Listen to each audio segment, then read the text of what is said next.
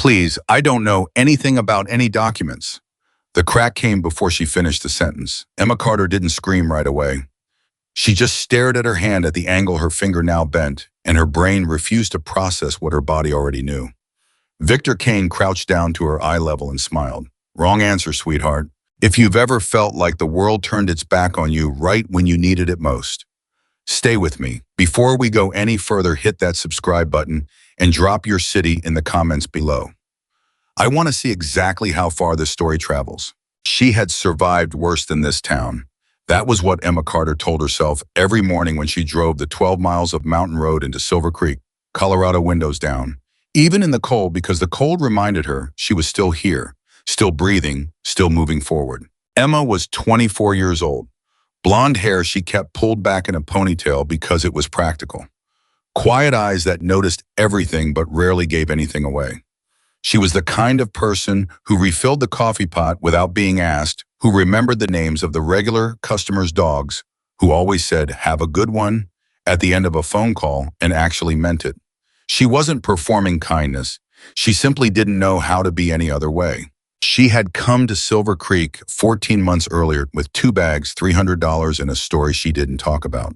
The kind of story that starts with a family that was supposed to protect you and ends with you learning that protection is something you have to build for yourself one quiet day at a time. Mountain Ridge Motors had been her lifeline.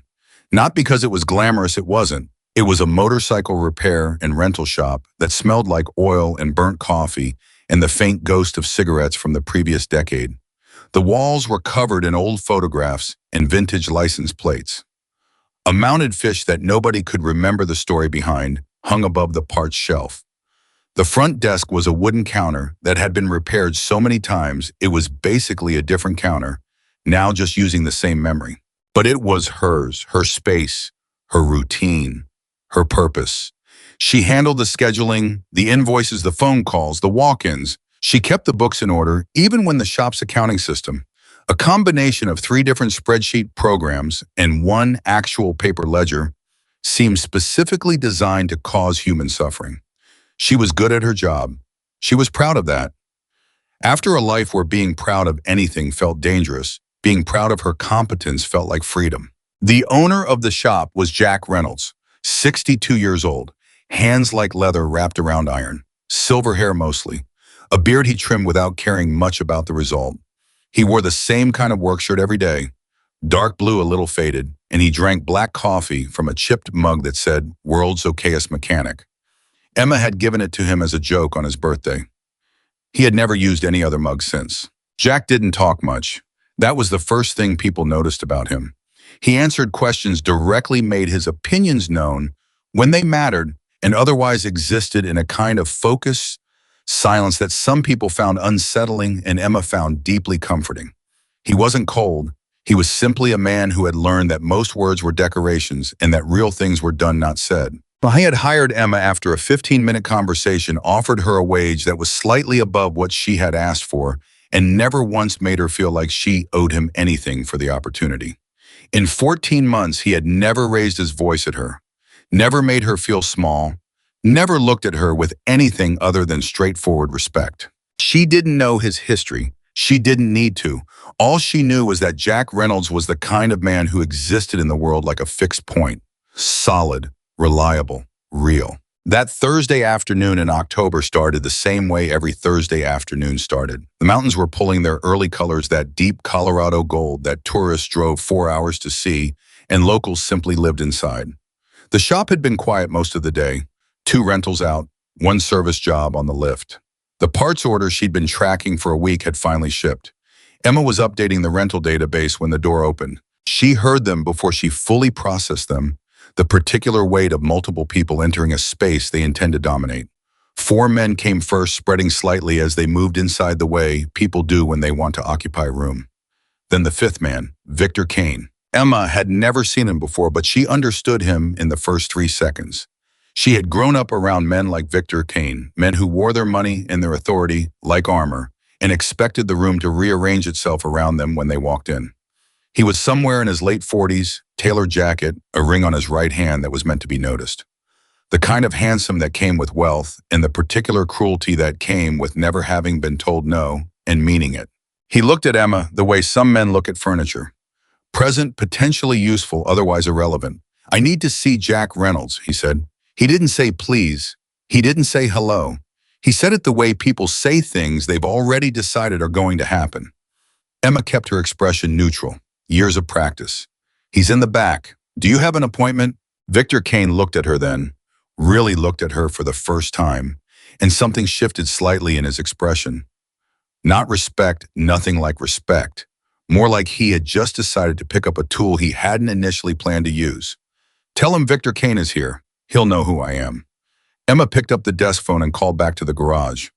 Jack answered on the second ring, his voice low and a little distracted the way it sounded when he was mid-task. There's a Victor Kane up front, Emma said. He says you'll know who he is.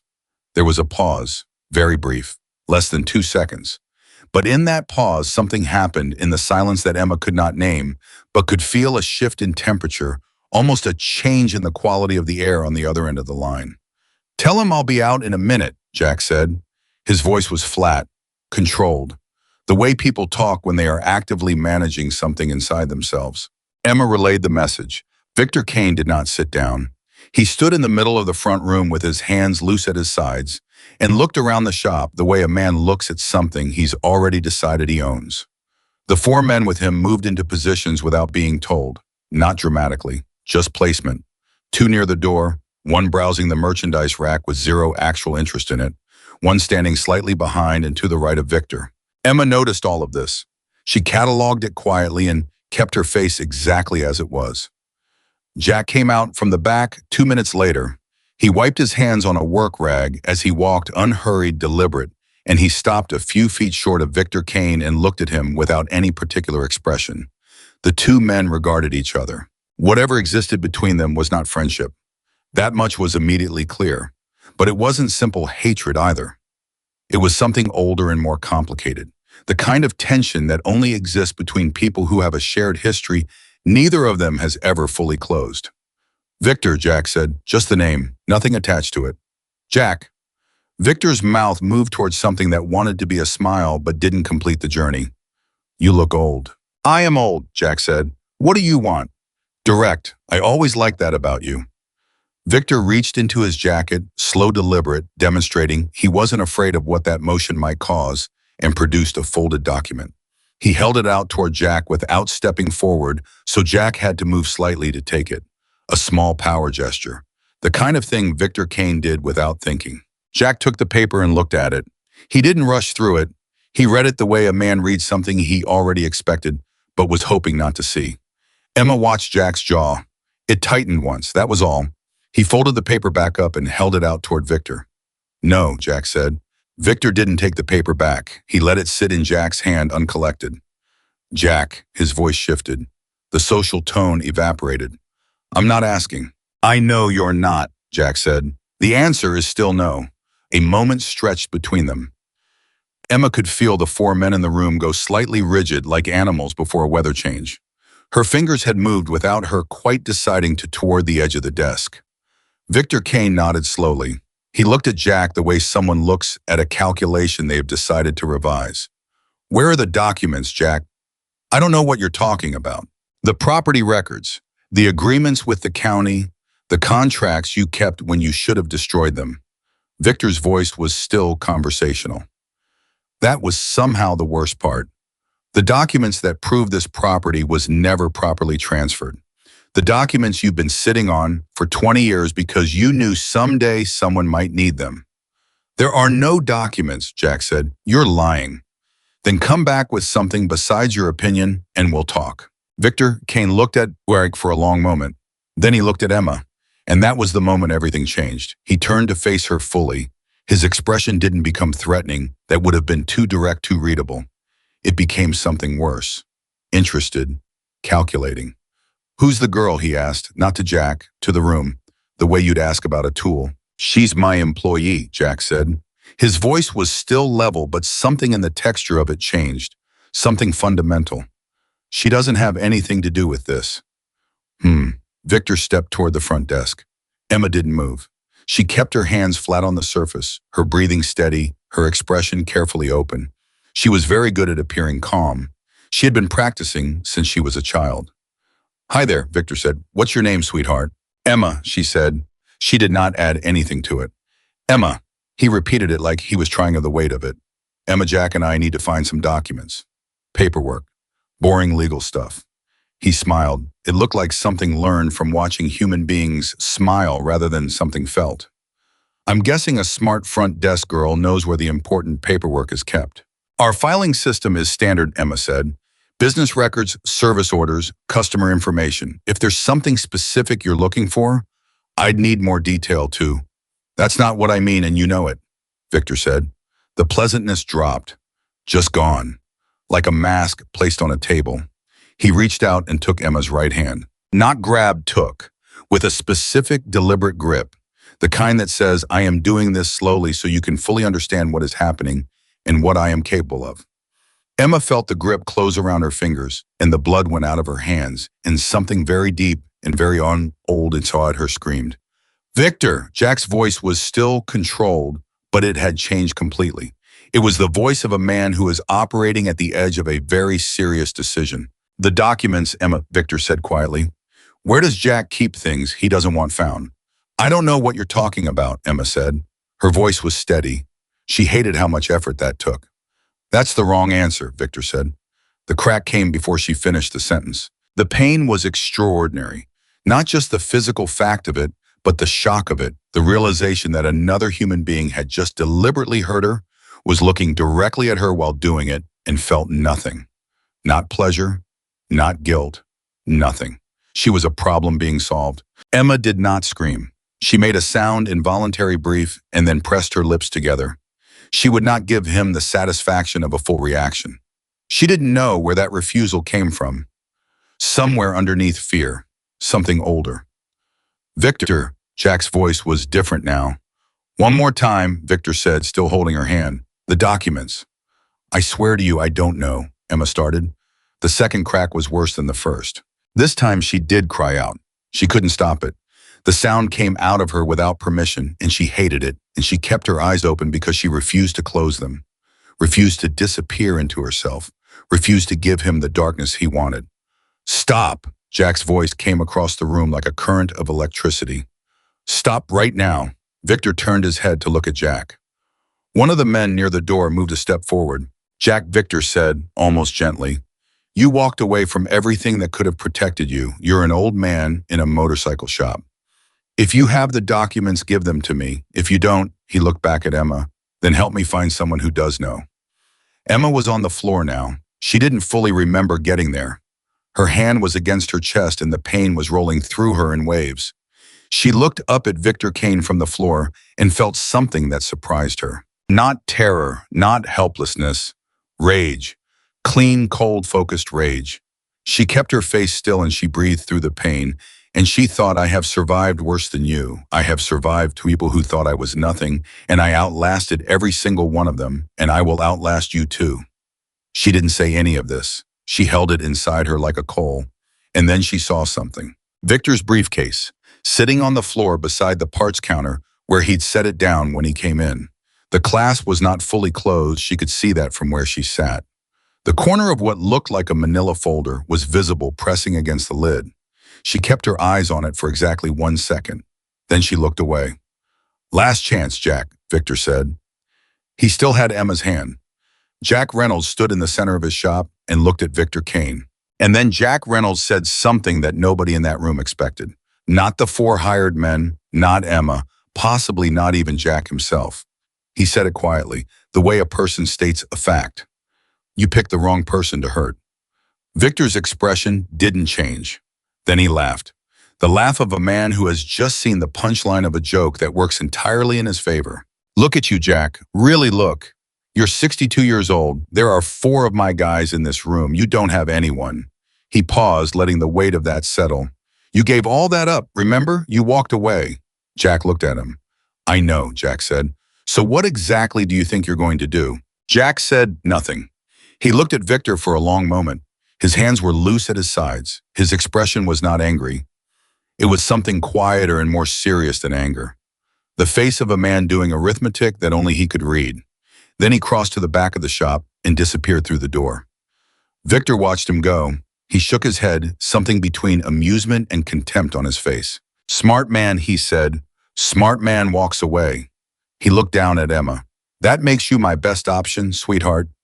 Emma looked up at him from the floor. Her hand was against her chest and the pain was real, and she was not going to let any of it show on her face more than it already had. I already told you everything I know, she said, which is nothing, because Jack doesn't tell me everything. Because that's not how this shop works. Because I'm the front desk person, not his partner. You've been here over a year, Victor said. Answering phones and filing service orders, Emma said. That's my job. That's all my job is. Victor crouched down to her eye level. This close, she could see the texture of his face, the fine lines around his eyes, that came not from laughter but from decades of calculation. He was not a stupid man. That was what made him so dangerous.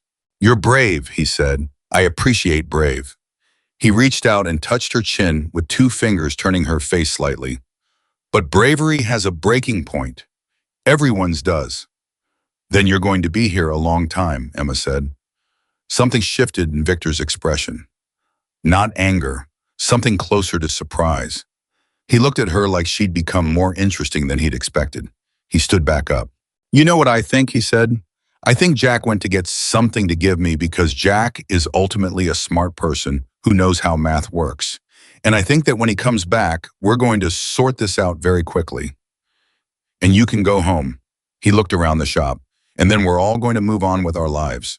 He walked away from her toward the center of the room. Emma, sitting against the base of the counter, shifted slightly, moved her weight, looked toward the briefcase, the manila folder in the clasp. She had approximately 30 seconds, maybe less, before someone looked at her. The 2 men near the door were watching Jack's exit point. The man behind Victor had turned his gaze toward the window. The one near the merchandise rack had moved slightly closer to the back door. Emma Carter breathed in through her nose, out through her mouth. She had survived worse than this. She had learned very early that survival was about reading windows, small ones, brief ones, windows that existed for seconds and then closed forever. This was a window. She moved, quietly using her good band, keeping her body low and her movement slow enough not to create noise. 3 feet to the briefcase. She pushed the clasp. The folder slid out. She pressed it flat against the inside of her shirt, tucked it into the waistband of her jeans at the small of her back. The whole thing took 11 seconds. She was back against the counter before anyone turned.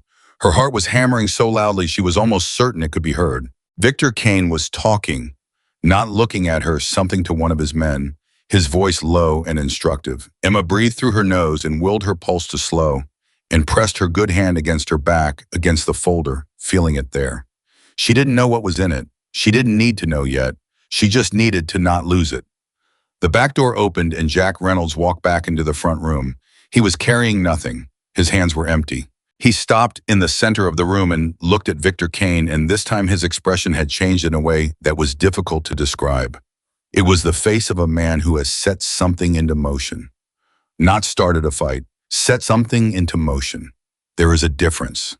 There are no documents, Jack said. There never were. You're looking for something that doesn't exist, and I need you and your men to leave my shop. Victor stared at him. Jack. Now, Jack said, please. The word please was not soft. It was the kind of please that exists in the space between one choice and another. The kind that functions as a final warning, dressed in courtesy. Victor Kane looked at the old mechanic standing in the middle of a motorcycle shop and made a decision. You're making a mistake, Victor said. I've made mistakes before, Jack said. This isn't one of them.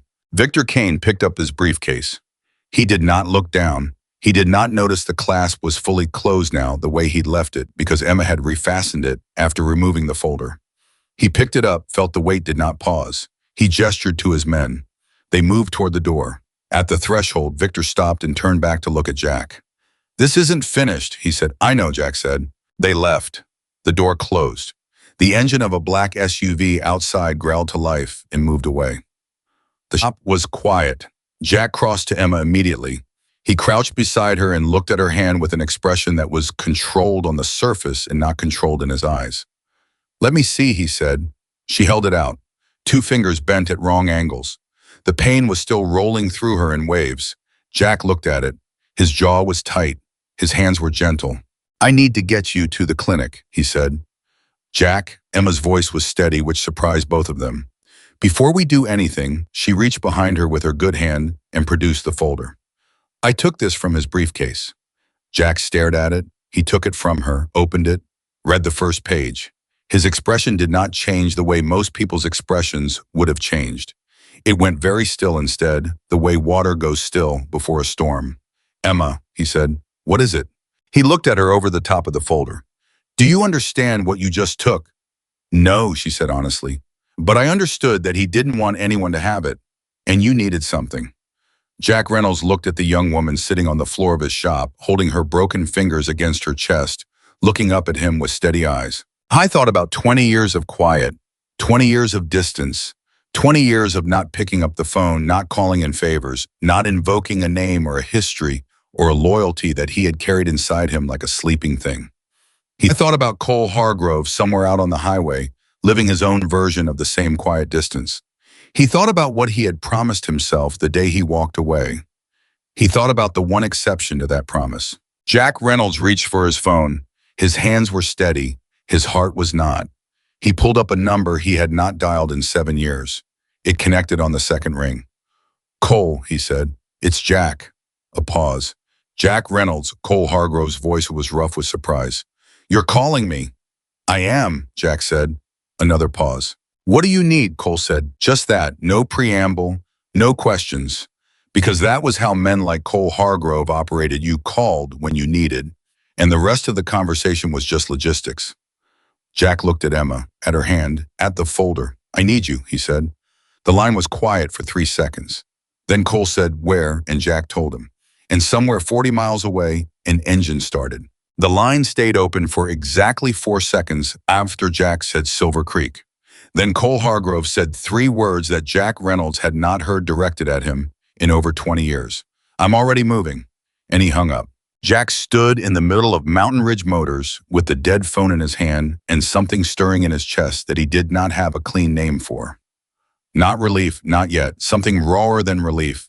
Something that felt like a door being opened inside a room he had sealed shut a long time ago. And the air coming through it was cold and familiar and complicated in ways he didn't have time to process right now. He put the phone in his pocket and looked at Emma. She was still sitting on the floor, her back against the base of the front counter, holding her right hand against her chest. She hadn't asked him who Cole was. She hadn't asked what was coming. She was just watching him with those steady gray eyes, breathing slow and deliberate, managing pain, the way someone manages pain when they've had practice doing it in silence. Can you stand? Jack asked. Yes, Emma said. She said it before she tried, which told him she wasn't completely sure. He reached down and took her left arm, carefully aware of every joint and every inch, and helped her up. She came up without making a sound. That cost her something. He could see it in the way her jaw set. I need to take you to the clinic, Jack said. After, Emma said. Emma. After Jack. She looked at him directly. I'm not going anywhere until I know what's in that folder. He looked at her for a long moment. Then he looked at the folder in his other hand. He walked to the front desk and spread it open on the counter.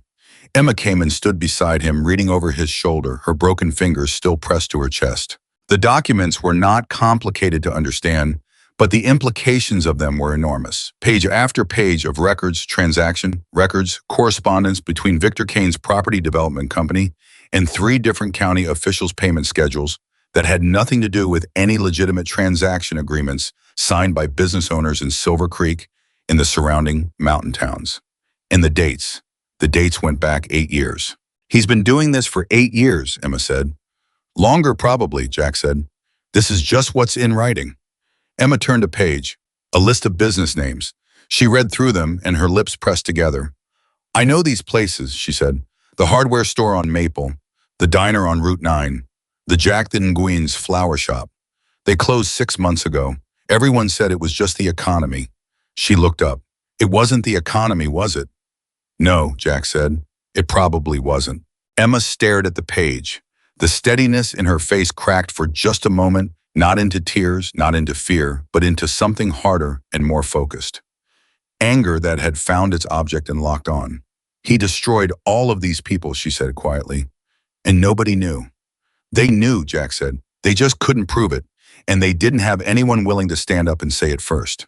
He closed the folder. He was quiet for a moment, thinking through the sequence of what needed to happen and how quickly it needed to happen.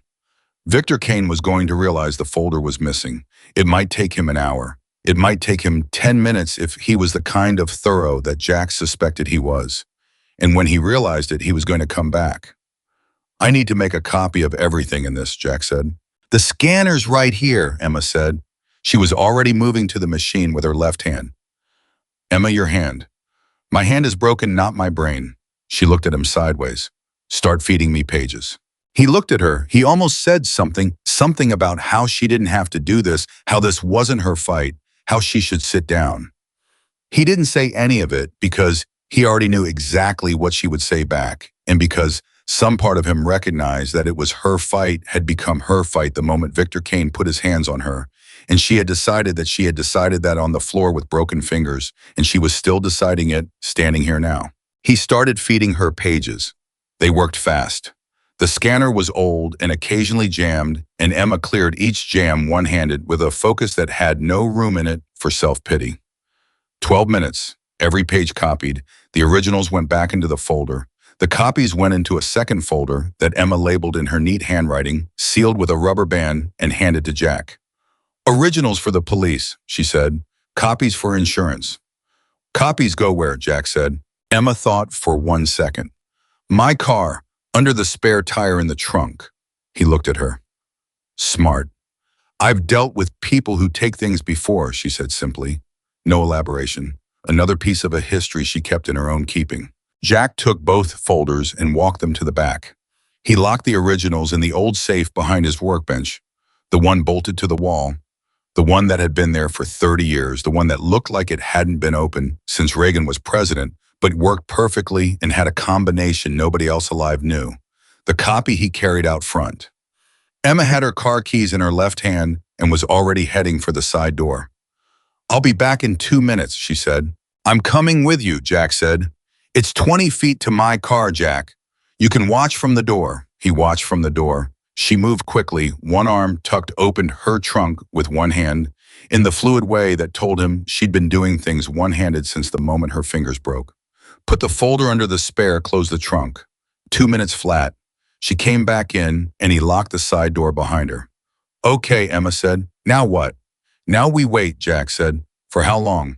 He looked at the clock, looked at the window. Calculated. Cole's 40 miles out, he said. Mountain roads. Call it 35 minutes. Emma nodded. She walked to the desk chair and sat down, which told him the pain was winning more than she was letting on. Because Emma Carter did not sit down in the middle of a situation. She worked through situations standing up. Talk to me, she said. Who is Cole? Jack leaned against the counter. He looked at the old photographs on the wall. There was one in particular in the far left corner that he had looked at approximately 10,000 times in the last 20 years, and which he had never explained to anyone who worked here. A group of men on motorcycles taken on a highway somewhere in the high desert. 20-something of them, everyone young and sunburned, and grinning or serious or somewhere between the two. Jack was in the center of the photo. He had more hair. His beard was darker. He was wearing a leather vest with patches that he had not worn since the day he took it off and folded it and put it in a box that lived at the bottom of his closet. Emma's eyes had followed his to the photo. That's you, she said. Long time ago, Jack said. Cole is in that picture. It wasn't a question. She was reading the photograph with that sharp attention of hers finding the pattern. Third from the left, Jack said. Emma looked at the photo, looked at the patches on the vests, looked back at Jack. She didn't say anything for a moment. When she spoke, her voice was even. How many people did you call when you said you needed him? One, Jack said. I called Cole. And Cole will call the others, Jack said. That's how it works. One call, then it moves. Emma absorbed this. She was quiet in the specific way she got quiet when she was processing information and didn't want to say anything until she'd worked it through. Are they going to make this worse? She asked finally. Jack looked at her. No, he said. They're going to make it safe. There's a difference. You trust them. I trust Cole, Jack said. Cole trusts the others. So by mathematics, yes. Emma almost smiled. It was very slight, barely a change in her expression, but it was there. Then the front window exploded inward. Not glass, something came through the window. through the glass and hit the floor and rolled. And for one terrible fraction of a second, Jack's body processed it as a grenade and everything in him went military cold. Then he looked at it. A rock. A rock with something wrapped around it. Paper. Emma was already off her chair, moving back from the counter. Instinctively, her good hand up, Jack crossed to the rock and unwrapped the paper without picking it up. He read the message in 3 seconds. It was short. Block letters written fast and hard, the pen nearly tearing the paper. Give it back or the girl doesn't walk out. Jack read it twice. Then he folded it and put it in his pocket. I went to the phone. He did not call the police, not yet, not until the folder was secured and Cole was here, because he knew exactly what Victor Kane would do if the police arrived and nothing was in place. He would deny everything. He would claim the folder contained proprietary business documents stolen by an employee. He had lawyers. He had county officials with motivation to back his story. The evidence had to be delivered in a way that couldn't be buried. He called the one number he had been saving for the moment when the time was right. Detective Sarah Malone, Larimer County Sheriff's Office. He'd known Sarah for 11 years. She was not the kind of detective who took shortcuts or buried things that made powerful people uncomfortable. She was the kind of detective who had made exactly the kind of enemies you make by being that way, and she was still employed and still working because she was also very good at her job. The phone rang 4 times. Malone. Sarah, it's Jack Reynolds, Mountain Ridge Motors in Silver Creek. A pause. Jack, what's wrong? I need you to know something, Jack said. I have evidence, physical documents connecting Victor Kane to 8 years of organized extortion of small businesses in this county. I have a witness who was physically assaulted by Kane today on my property. And I need you to understand that I am going to keep this evidence secure until you can get here to receive it properly. Dead silence on the other end. Jack. Sarah's voice had shifted completely. Professional. Focused. Are you safe right now? We are right now, Jack said. I can't promise the next 30 minutes. I'm moving, she said. How far out is Silver Creek from the junction? 22 miles, Mountain Road. 30 minutes. I know, Jack said. I know. He hung up. Emma was looking at him. Detective, she said. It wasn't a question. Good one, Jack said. I think.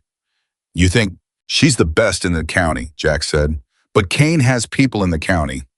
Emma understood what he wasn't saying. He was saying that the next 30 minutes were a window, and the window was dangerous, and the outcome depended on who arrived first. She looked at the broken window. The rock was still on the floor where it had landed. The cold mountain air was coming through the gap now, carrying that particular October smell of pine and altitude. He knows the folder is gone, she said. Yes. He's coming back. Yes. And Cole is 30 minutes out, maybe less. Emma sat back down. She was holding her broken hand against her chest again, and the color had left her face slightly, the adrenaline burning through her reserves, the pain costing more than she was acknowledging. She set her jaw and breathed. Jack, she said, can I ask you something? Yes. When you walked away from all of that, she nodded toward the photograph. Was it because you were afraid of what you were becoming? Jack was quiet for a moment. The question was direct and clean, the way Emma's questions always were stripped of the social padding most people wrapped around things they actually wanted to know.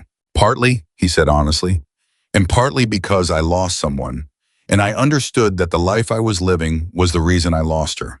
Not directly, but the weight of it, the gravity of it. It pulls things into it, things you didn't mean to lose. Emma was quiet.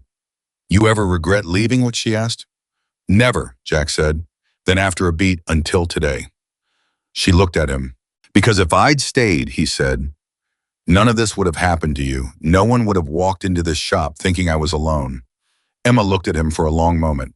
Jack, she said, I was already here when you found me. Whatever I was surviving before this, I was doing it completely alone. She paused. At least today I'm not alone. I didn't have an answer for that. He just looked at her, and something behind his eyes shifted slightly, the way tides shift deep, slow underneath the surface. Then headlights swept across the front of the shop. 2 of them. Through the broken window. Not Cole, too soon for Cole, and not the police. Too soon for the police. Victor Kane's black SUV pulled up to the front of Mountain Ridge Motors and stopped. The engine idled. Nobody got out. Victor was letting the headlights do the talking. Letting the presence of the vehicle communicate what words had already communicated in the note wrapped around the rock. He was outside. He was waiting. and he had decided to do this slowly, which was somehow more frightening than if he had rushed. Jack moved. He went to the back and came back with something he had not touched in 3 years, a work flashlight, heavy handle like a pipe. He placed it on the counter within reach. Then he positioned himself between the door and Emma. "You don't have to do that," Emma said. "I know," Jack said. "I mean, stand between me and the door. I'm not a child." "I know," Jack said again.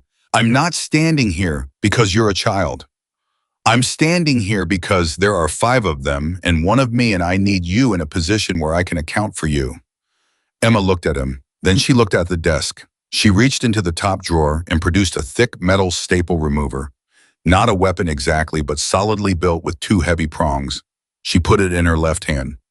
"I can account for myself," she said. Jack looked at the staple remover. He looked at Emma.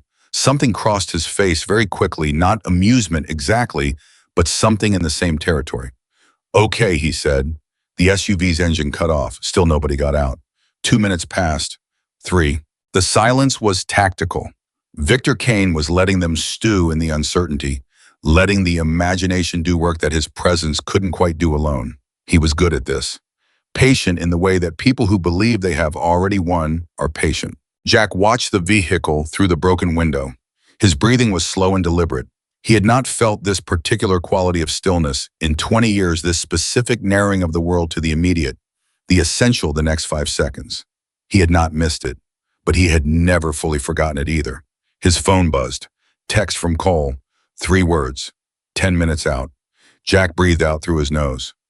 10 minutes, he said quietly. Emma heard him. She didn't react visibly, but he saw her left hand relax by a fraction around the staple remover. The SUV's door opened.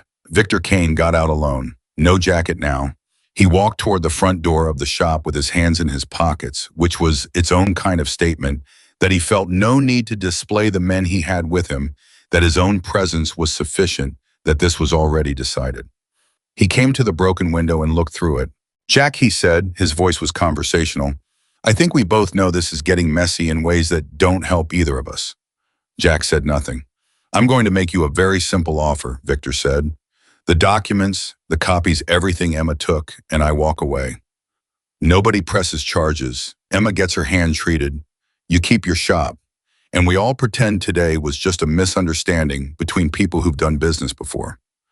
Jack said nothing. "That's a generous offer," Victor said. "I want you to appreciate that." "I appreciate it," Jack said. Victor waited. "The answer is no," Jack said. Victor looked at him through the broken window. The ambient light from outside caught his expression at an angle that showed something underneath the controlled surface, not anger, not frustration, but something colder. The face of a man recalculating. "Jack," he said, "I've been reasonable." "You broke a 24-year-old girl's fingers," Jack said. "In my shop, in front of me." His voice was still level. "There's no version of today where we make a deal." Victor looked at him for a long moment. "You're 70% of your way to a very bad night," Victor said. "Probably," Jack said. "But I'm going to have the same answer in 30 minutes that I have right now. The difference is what arrives in those 30 minutes. Victor tilted his head. "What arrives," he repeated. His tone was careful, reading between the words. Jack said nothing. And something shifted in Victor Kane's expression. The first real uncertainty, the first crack in the calculation. Because Jack Reynolds was standing in his broken windowed shop with no visible backup, no obvious weapons, no leverage, and he was not afraid. That was what Victor was reading and not quite understanding. Not bravado, not desperation. The specific quality of calm that belongs to a man who has already set something into motion and is simply managing the time between now and when it arrives. Victor stepped back from the window. He turned and walked back to the SUV. Got in. The engine started. It did not leave, just idled. Waiting. Emma let out a breath behind Jack. "He's not going anywhere," she said. "No," Jack agreed. "He's blocking the road." "Probably. So when the detective gets here, she'll have a badge and a reason to move in," Jack said. "And when Cole gets here, Kane is going to have a very specific kind of problem." Emma was quiet for a moment. "Jack," she said, "Cole is bringing other people." "Yes." How many people? Jack thought about the last time he had called in that particular signal. 22 years ago. He thought about what it had looked like when it arrived. The sound of it before you could see it. the way the ground seemed to carry the vibration before your ears could fully process it. Enough, he said. Emma absorbed this. Are they going to hurt him? She asked. Not with fear, with something more complex, the voice of a person who wants justice and has also seen what happens when justice and revenge wear the same face. Jack turned and looked at her. No, he said, that's not what they're coming to do. Then what are they coming to do? They're coming, Jack said, so that he understands the math is different than he thought. Emma thought about this. She looked at the idling SUV through the broken window. She thought about the folder under her spare tire. She thought about the list of businesses in the county, the hardware store, the diner, the Wynn's flower shop. She thought about 8 years of people being quietly destroyed by a man who understood that the most effective way to hurt people was to make them feel like they were already alone. Jack, she said, yeah, I want to be the one who hands those documents to the detective. Jack looked at her. You're injured, he said. I know, she said. I want to do it anyway. Why, Bim hum? Emma was quiet for 3 seconds. Because for 8 years, the people he hurt didn't have anyone who would stand up first. She said, I want to be the person who does it first. I want that to be mine. Jack Reynolds looked at Emma Carter, this quiet 24-year-old woman who had come to his shop 14 months ago with almost nothing and had, without anyone noticing, built herself into someone that a man like Victor Kane had catastrophically underestimated. He nodded. Okay, he said, it's yours. Headlights appeared at the far end of the road. One set, coming fast, mountain road speed, which in Silver Creek meant moving with a confidence that knew the curves by feel. Sarah Malone, the detective's car, pulled up and stopped behind the SUV. Victor's vehicle didn't move. Sarah got out. She was medium height, late 40s, moving with the kind of efficiency that had no spare motion in it. She showed a badge to the SUV's window and said something through the glass, and then the SUV moved reluctantly, slowly, but it moved and parked itself on the other side of the road. Sarah came through the shop's front door.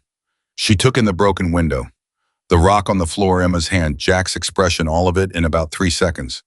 Talk to me, she said. Emma walked forward, left hand first. She introduced herself, and she talked clearly and precisely without drama or embellishment, the way someone talks when they have been keeping things straight inside themselves for a long time and are finally allowed to let them out in the right direction. She told Sarah about Victor Kane's arrival, the men, the documents, what had been done to her hand, what she had taken from the briefcase where the originals were and where the copies were. Sarah listened. She didn't interrupt. She asked 3 specific questions at the end, each one precise and without excess, and Emma answered each one with the same clarity.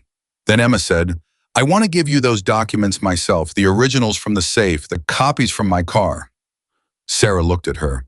You're aware that with your injury, you should be at the clinic. Yes, Emma said. I'll go after. I want to give them to you first. Sarah held her gaze for a moment. Okay, she said. Jack opened the safe. Emma carried the original folder with her left hand. Then she walked to her car under the October stars and opened the trunk and pulled the copied folder from under the spare tire. She brought both of them to Detective Malone and placed them on the hood of the detective's car side by side. Her hand was screaming. She didn't let it show. These are yours, Emma said. Sarah picked up the folders. Open the originals. Her expression did not change dramatically, but her eyes moved across the pages with a speed and intensity that told Emma she was reading something she had been looking for. 8 years, Sarah said, half to herself. 8 years, Emma confirmed. Across the road, in the idling SUV, Victor Kane sat and watched. He couldn't see the documents from where he was, but he could see the detective, he could see the folders. He could see Emma Carter standing at the hood of a law enforcement vehicle, left hand placing things that had come from his briefcase into the hands of someone who would not be bought. And at that moment, 40 miles of mountain road away, the sound began. Distant at first, barely there. The kind of sound that arrives before its source does, carried on cold mountain air and the particular acoustics of a narrow valley road. A vibration more than a noise at first. Something you felt in your chest before you heard it with your ears. 1 engine, then 2.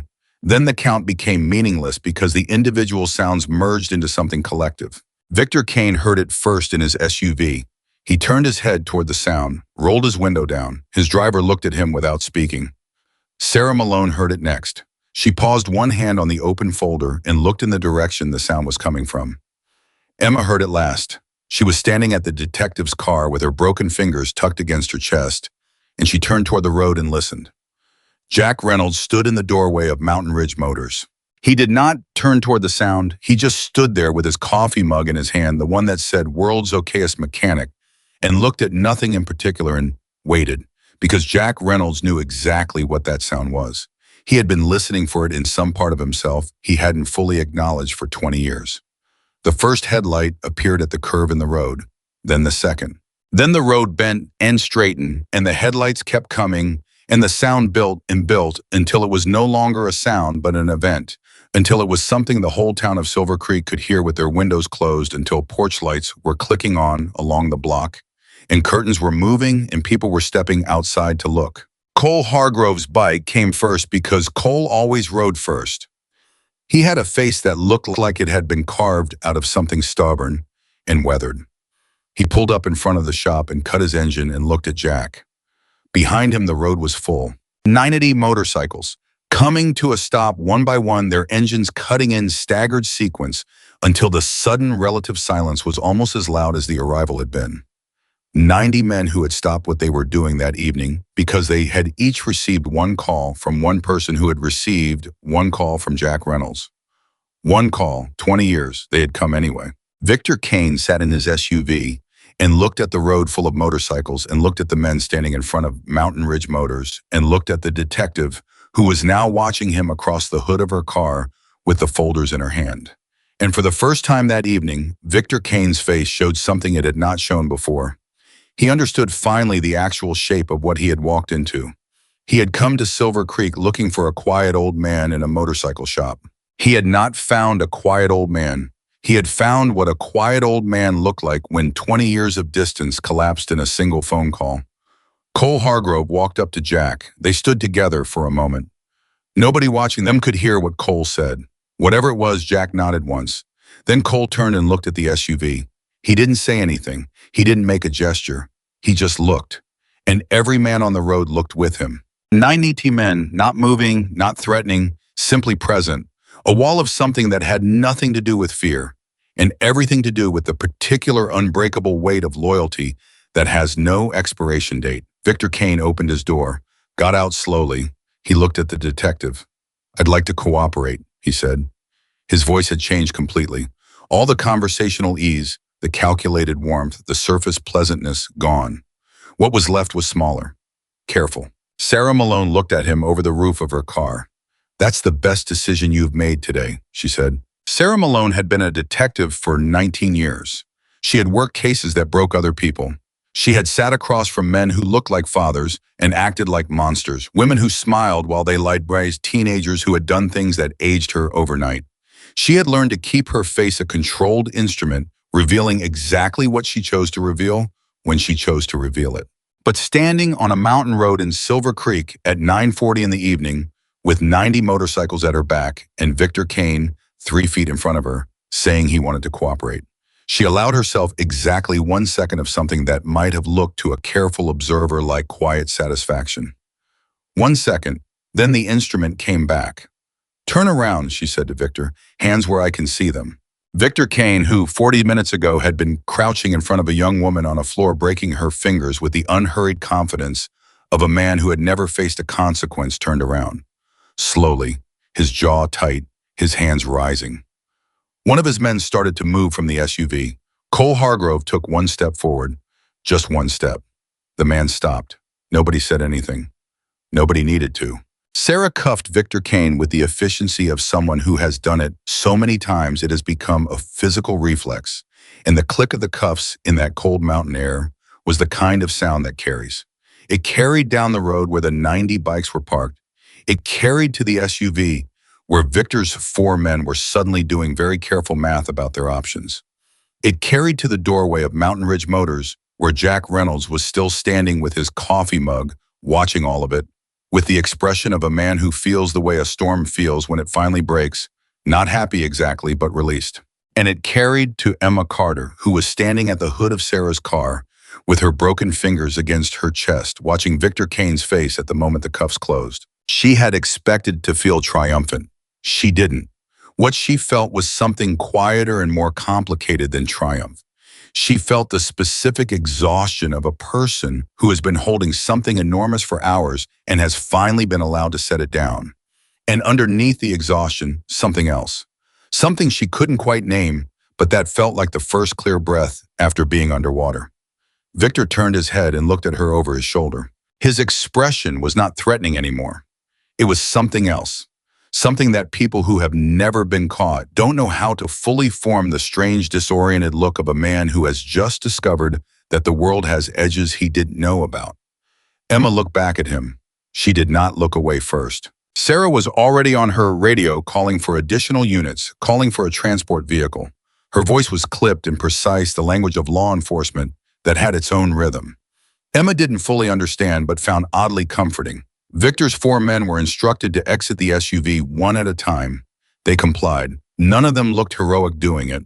Without Victor's certainty anchoring the room, anchoring the roadside, anchoring the situation, they looked like what they were hired muscle, who had signed on to intimidate people who couldn't fight back, and who had absolutely no framework for a road full of men who could. Cole Hargrove walked up beside Jack.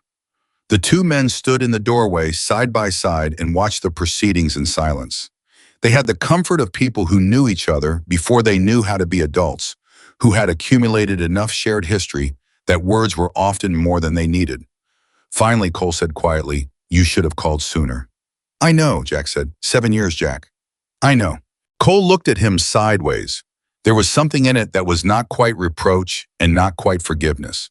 Something that exists between those two things in the specific emotional vocabulary of men who care about each other and don't have the language for it. "She yours," Cole said, a nod toward Emma. "She works for me," Jack said. Cole looked at Emma for a moment, watching her stand straight at the detective's car, one-handed, pale from pain, not sitting down. "She did that to herself," Cole said, not a question. "Nobody told her to take that folder," Jack said. "I didn't even know she'd done it until after."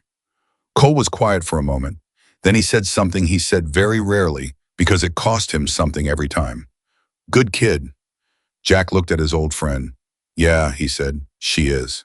Inside the shop, Emma's phone buzzed. She had left it on the front counter. She went inside to check it and found 3 missed calls from a number she didn't recognize, a text from her landlady asking if she was okay, because apparently the sound of 90 motorcycles had reached the other side of town, and a voicemail from a number she recognized immediately and wished she didn't. Her stomach dropped. She stood there with the phone in her left hand and stared at the screen and did not play the voicemail. She didn't need to hear it. She already knew the voice. She already knew the general shape of what it would say. She'd been hearing variations of it in one form or another for the last 5 years. She deleted it without listening to it. Then she put the phone face down on the counter and breathed for a moment. "Not now," she told herself. "Not tonight. Tonight has already given you enough." She went back outside. Sarah was walking toward her. The detective moved with that same no-wasted motion efficiency, a notepad in one hand. Victor Kane now sitting in the back of a sheriff's vehicle that had arrived while Emma was inside. The 4 hired men were sitting on the curb on the other side of the road, being processed one at a time by a deputy who looked like he was perhaps 23 and was doing an admirable job of not showing how surreal his evening had become. "Emma," Sarah said, "I need your formal statement. Can you do that tonight, or do you need to go to the clinic first?" Emma looked at her hand. The 2 fingers were swollen now, the discoloration deepening. The pain had moved from sharp to a kind of constant roaring that her body was coping with by producing a light dissociated quality in her thinking, like everything was happening at 1 degree of remove. "I can do it tonight," Emma said, "but I need to sit down." "Absolutely," Sarah said. "Inside." They went inside. Jack followed. Sarah sat across from Emma at the front desk and opened her notepad, and they went through it methodically, carefully. Sarah asking questions with the precision of a surgeon, and Emma answering with the same meticulous accuracy she brought to everything she did. Time of arrival, number of men, exact words, exact sequence. What she saw, what she heard, what she felt, what she did. When Emma got to the part about taking the folder, she didn't minimize it or apologize for it. "I saw an opportunity and I took it," she said. "I understood it might be important. I didn't know what was in it. I made a judgment call." Sarah wrote, "Did Kane see you take it?" "No," Emma said. "He was across the room. His men weren't looking at me." "How long did it take?" 11 seconds, Emma said. "I counted." Sarah looked up from her notepad. Something crossed her face again, that brief controlled flicker. 11 seconds, Sarah repeated. I've had to move fast before, Emma said simply. Sarah held her gaze for a moment. She was reading something in Emma that was beyond the statement, beyond the facts of the case. Something about the way Emma said it without drama, without seeking response, that communicated a whole personal history in a single sentence. The detective wrote something in her notepad that was not part of the official statement. Okay, Sarah said, I need to be honest with you about something. Emma waited. Kane has lawyers, Sarah said. Good ones. He has relationships in this county that are going to complicate how quickly we can move on this. I know, Emma said. The documents you took are going to be central to any prosecution, which means your action today entering his briefcase without consent may come up as a point of contention. Emma looked at her steadily. He was committing a crime in front of me. He had already injured me. His briefcase was unlocked and sitting open within arm's reach. I know, Sarah said. I'm just being transparent with you so you're not surprised later. I won't be surprised, Emma said. I've been surprised before. I don't like it. I prepare. Another of those brief readable pauses from the detective. The victims whose businesses he targeted, Sarah said, we're going to need them to come forward. The documents give us a framework, but human testimony strengthens everything. Some of them have been intimidated for years, Emma said. They're not going to come forward easily. I know. They need to know they're not first, Emma said. That's the thing. They'll come if they know someone went first and survived it. She paused. Can I be the one to talk to them, some of them? I know a few people in town. Sarah studied her. You're going to be in a splint, she said. I'm aware of that. You're a witness, not an investigator. I know, Emma said. I'm also the person who was sitting on the floor an hour ago while he hurt me, and I'm still here having this conversation. I think some of the people he scared might listen to that. Sarah clicked her pen, looked at her notepad, looked back up. Let me get you to the clinic first, she said. Then we'll talk about what the next steps look like. Jack spoke up from where he had been standing quietly to the side through the whole exchange. I'll take her. Emma started to say she could drive herself. One look at her hands stopped the sentence. She could not drive herself. That was simple physics. Okay, she said. She stood up. The movement cost her more than it should have, and she steadied herself with one hand on the desk. Jack was at her side without making a production of it, just present an anchor point. They were almost to the door when Cole Hargrove stepped in from outside. He stopped when he saw Emma up close for the first time, really close, in the light of the shop, and something moved through his face quickly. Something that he reassembled with the practice of a man who has learned that showing certain things cost you in ways you can't afford. He looked at her hand. He looked at Jack, back at Emma. You're the one who took the folder, Cole said. Emma looked at him.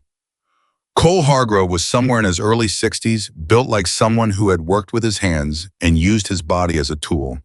His entire life. He had a quality of stillness about him that was different from Jack's, less considered, more innate, like a geographic feature, like something that had always been there. Yes, Emma said. Cole nodded slowly, with broken fingers. They weren't both broken when I took it, Emma said. Just one. Cole looked at her for what felt like a long time. What's your name, he said. Emma Carter. Cole Hargrove. He didn't extend a hand observant enough to recognize which hands were available and which weren't. He gave her something instead that was from Cole Hargrove, apparently significant, a nod. A real one. The kind that communicates something that language would only make smaller. Emma received it. Nice to meet you, she said. Cole almost smiled. It changed his face entirely briefly, and then it was gone. He stepped back and let them pass. Outside, the road was quieter now. Victor's men had been transported. The deputy was finishing his paperwork. The sheriff's vehicle carrying Victor Kane had left 10 minutes ago, heading toward county lockup, and its absence had changed the atmosphere of the road. In the same way a storm system changes when the front finally passes, a distinct shift in pressure, in possibility, in the quality of the air. Most of the 90 riders were still there. They weren't in formation anymore. They had spread out naturally, the way people do when a vigil converts to something more relaxed. Talking in small groups, leaning on bikes. Some of them having produced thermoses of coffee from somewhere in the elaborate storage systems of their motorcycles. A couple of them were sitting on the curb. One very large man with a gray beard was actually helping Sarah Malone's deputy figure out his evidence-tagging paperwork pointing at the form with one enormous finger in a manner that was somehow both instructive and gentle. Jack walked Emma to his truck. She got in without arguing. He went around to the driver's side and got in and started the engine. The heater came on. The cab filled slowly with warmth. Emma sat in the passenger seat and looked at her hand and let herself feel it finally. Not just the physical pain, the whole weight of the evening.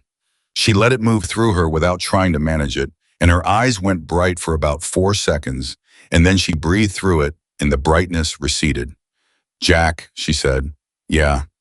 "When this is over," she stopped. "When this is over," he prompted.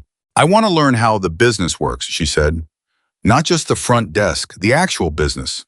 The books, the suppliers, the rental agreements, all of it." Jack was quiet for a moment. "Why?" he said, not challenging, genuinely asking. "Because I want to be someone who understands what she's protecting," Emma said. "I didn't know what was in that folder when I took it. I just knew it mattered.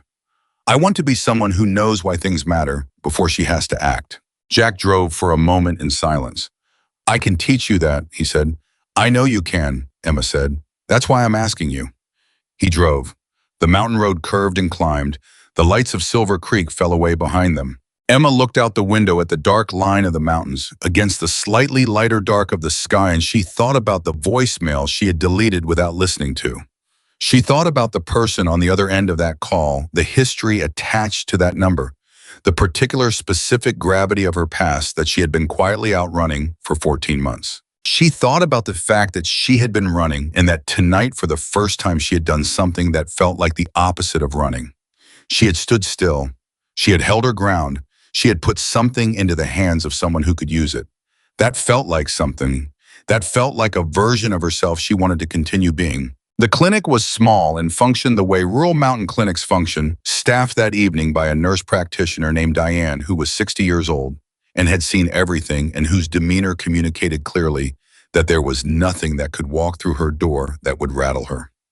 She looked at Emma's hand, took 2 x-rays, delivered the results with the brisk compassion of a person who does not waste time on cushioning that would ultimately help no one. 2 fractures, a splint, mild pain medication that Emma could take or leave, instructions about elevation and ice, and follow-up with a specialist in the city. "How did this happen?" Diane asked. She had already asked once during triage. She was asking again now in the quieter context of the exam room, because she was the kind of person who noticed when first answers don't quite land. Emma looked at the splint on her hand. "A man broke them," she said. "He's been arrested." Diane looked at her with the careful attention of someone who asks these questions for reasons beyond medical documentation. "Are you safe?" Diane asked. "Getting safer," Emma said. It was the most honest answer she had. Diane held her gaze for one extra moment. Then she wrote something on a card and handed it to Emma. A phone number, local domestic violence resource, but the card didn't say that, it just had the number. Emma took it. She put it in her pocket without comment, not because she needed it in the way Diane perhaps imagined, but because she had learned that resources were worth keeping, that you never knew when you might be the person who could pass one along to someone else. Jack was in the waiting area. He stood up when Emma came out. He looked at the splint and his jaw tightened once and then released. 2 fractures, Emma said before he could ask. "Splint for 6 weeks, I'm fine." "You're not fine," Jack said, "but you're going to be." She looked at him. "Yes," she said, "I am." They drove back towards Silver Creek. The town was quieter now. It was past 11 mountain town quiet that had a specific texture to it, the kind of silence that comes from people who get up early and work hard and sleep when the dark says to.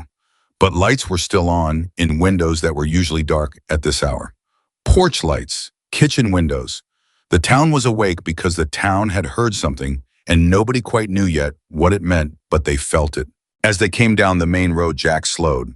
The motorcycles were still there, not 90. Most of the riders had begun heading out over the last hour back to their own towns, their own garages, their own quiet lives. But maybe 30 remained, still parked along the road, some of the riders talking, some just sitting with coffee, one of them playing something quiet on a phone, music barely audible. Cole Hargrove was sitting on the hood of someone's truck, drinking from a thermos. He raised a chin up in Jack's direction as the truck passed. Jack lifted 2 fingers off the steering wheel in response. The specific economy of men who communicate 1,000 words in a gesture. Emma watched this exchange. He would have come for you anyway, wouldn't he, she said, even without the situation. Jack considered this honestly. I don't know, he said. Maybe, eventually. 7 years is a long time. It is. Why did you stop talking to them? Emma asked. Jack was quiet for long enough that she thought he might not answer. Then he said, because I thought distance was the same thing as peace. I thought if I put enough road between me and who I used to be, the distance would become who I was. Emma considered this, and she said, and distance isn't peace, Jack said. Peace is something different. Peace is knowing who you are and being able to choose. He paused. I didn't understand that for a long time. Emma absorbed this. Do you understand it now? She asked. He asked. Jack looked at the road. I understand it better, he said. Tonight helped. Emma looked out the window. They passed the flower shop, the Nguyen's place, dark now, closed sign in the window, the kind of closure that felt permanent. She thought about the name on that document. She thought about 8 years. She thought about what it costs a family to build something and what it costs to have it taken away by someone who was never going to face a consequence. Until now, Jack, she said, yeah. When I talked to the other business owners, the people Kane targeted, you talked Sarah into that, Jack said. She didn't say no, Emma said. That's close enough. She paused. I need you to come with me. When I go. Jack looked at her briefly. Why, Tom? Because I'm 24 years old and I have a splint on my hand and they don't know me yet, Emma said. But they know your shop. They know your name. Some of them probably know you. She looked at him. You're part of what makes it real to them. Jack thought about this. You know what you're asking people to do, he said. You're asking them to come forward and to put their names on something, to invite scrutiny after years of staying quiet because staying quiet felt like the only safe option. Yes, Emma said. I know exactly what I'm asking. And you think they'll do it? Emma looked at the closed flower shop one more time as they drove past it. I think they need someone to go first, she said. That's all it usually takes. One person who goes first and doesn't disappear. She looked at her splinted hand. I went first tonight. I'm still here. Jack Reynolds drove for a moment in silence. Okay, he said. I'll come. They pulled back up in front of Mountain Ridge Motors. The broken window had been covered with a piece of plywood by someone she suspected Cole or one of the others while they were at the clinic. The rock was gone from the floor swept up. The shop looked almost normal from the outside, a little tired, a little battled, but standing. Emma got out of the truck. She stood for a moment looking at the shop and then she looked at the photograph through the window. The old one, the group of riders in the desert sun. Jack in the center, young and dark-haired and already carrying the quality of stillness that had never left him. She thought about something. She went inside careful with her hand and she went to the wall and she took the photograph down, carefully, carried it to the desk, looked at it properly for the first time, really looked, not just glanced. 20-something men, some she didn't know. Cole on the left, younger but recognizable in the bone structure of him. Jack in the center, all of them squinting into what must have been a brutal afternoon sun, some with hands up, shielding their eyes, some just letting it hit them directly. The landscape behind them, endless and pale and huge. They looked, Emma thought, like people who believed in something. Not specifically a cause or an ideology, those things shift, but something more fundamental. Each other, the specific weight-bearing fact of each other. She set the photograph carefully back on the desk and looked at it for a long moment. Then she got a pen from the drawer, her left hand awkward but functional, and she found a sticky note and she wrote something on it and she pressed it to the frame of the photograph. Jack came in from locking his truck. He walked past the desk and stopped when he saw the sticky note. He picked it up. He read it. He stood there for a moment without speaking. Emma had written for the next photograph. Because there will be one. Jack Reynolds stood at the front desk of Mountain Ridge Motors with a sticky note in his hand and something happening in his face that he didn't try to manage or conceal.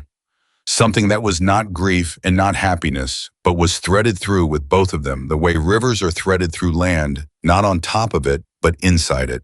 He set the note back down, carefully, aligned it with the frame. Yeah, he said quietly, there will be. Emma nodded.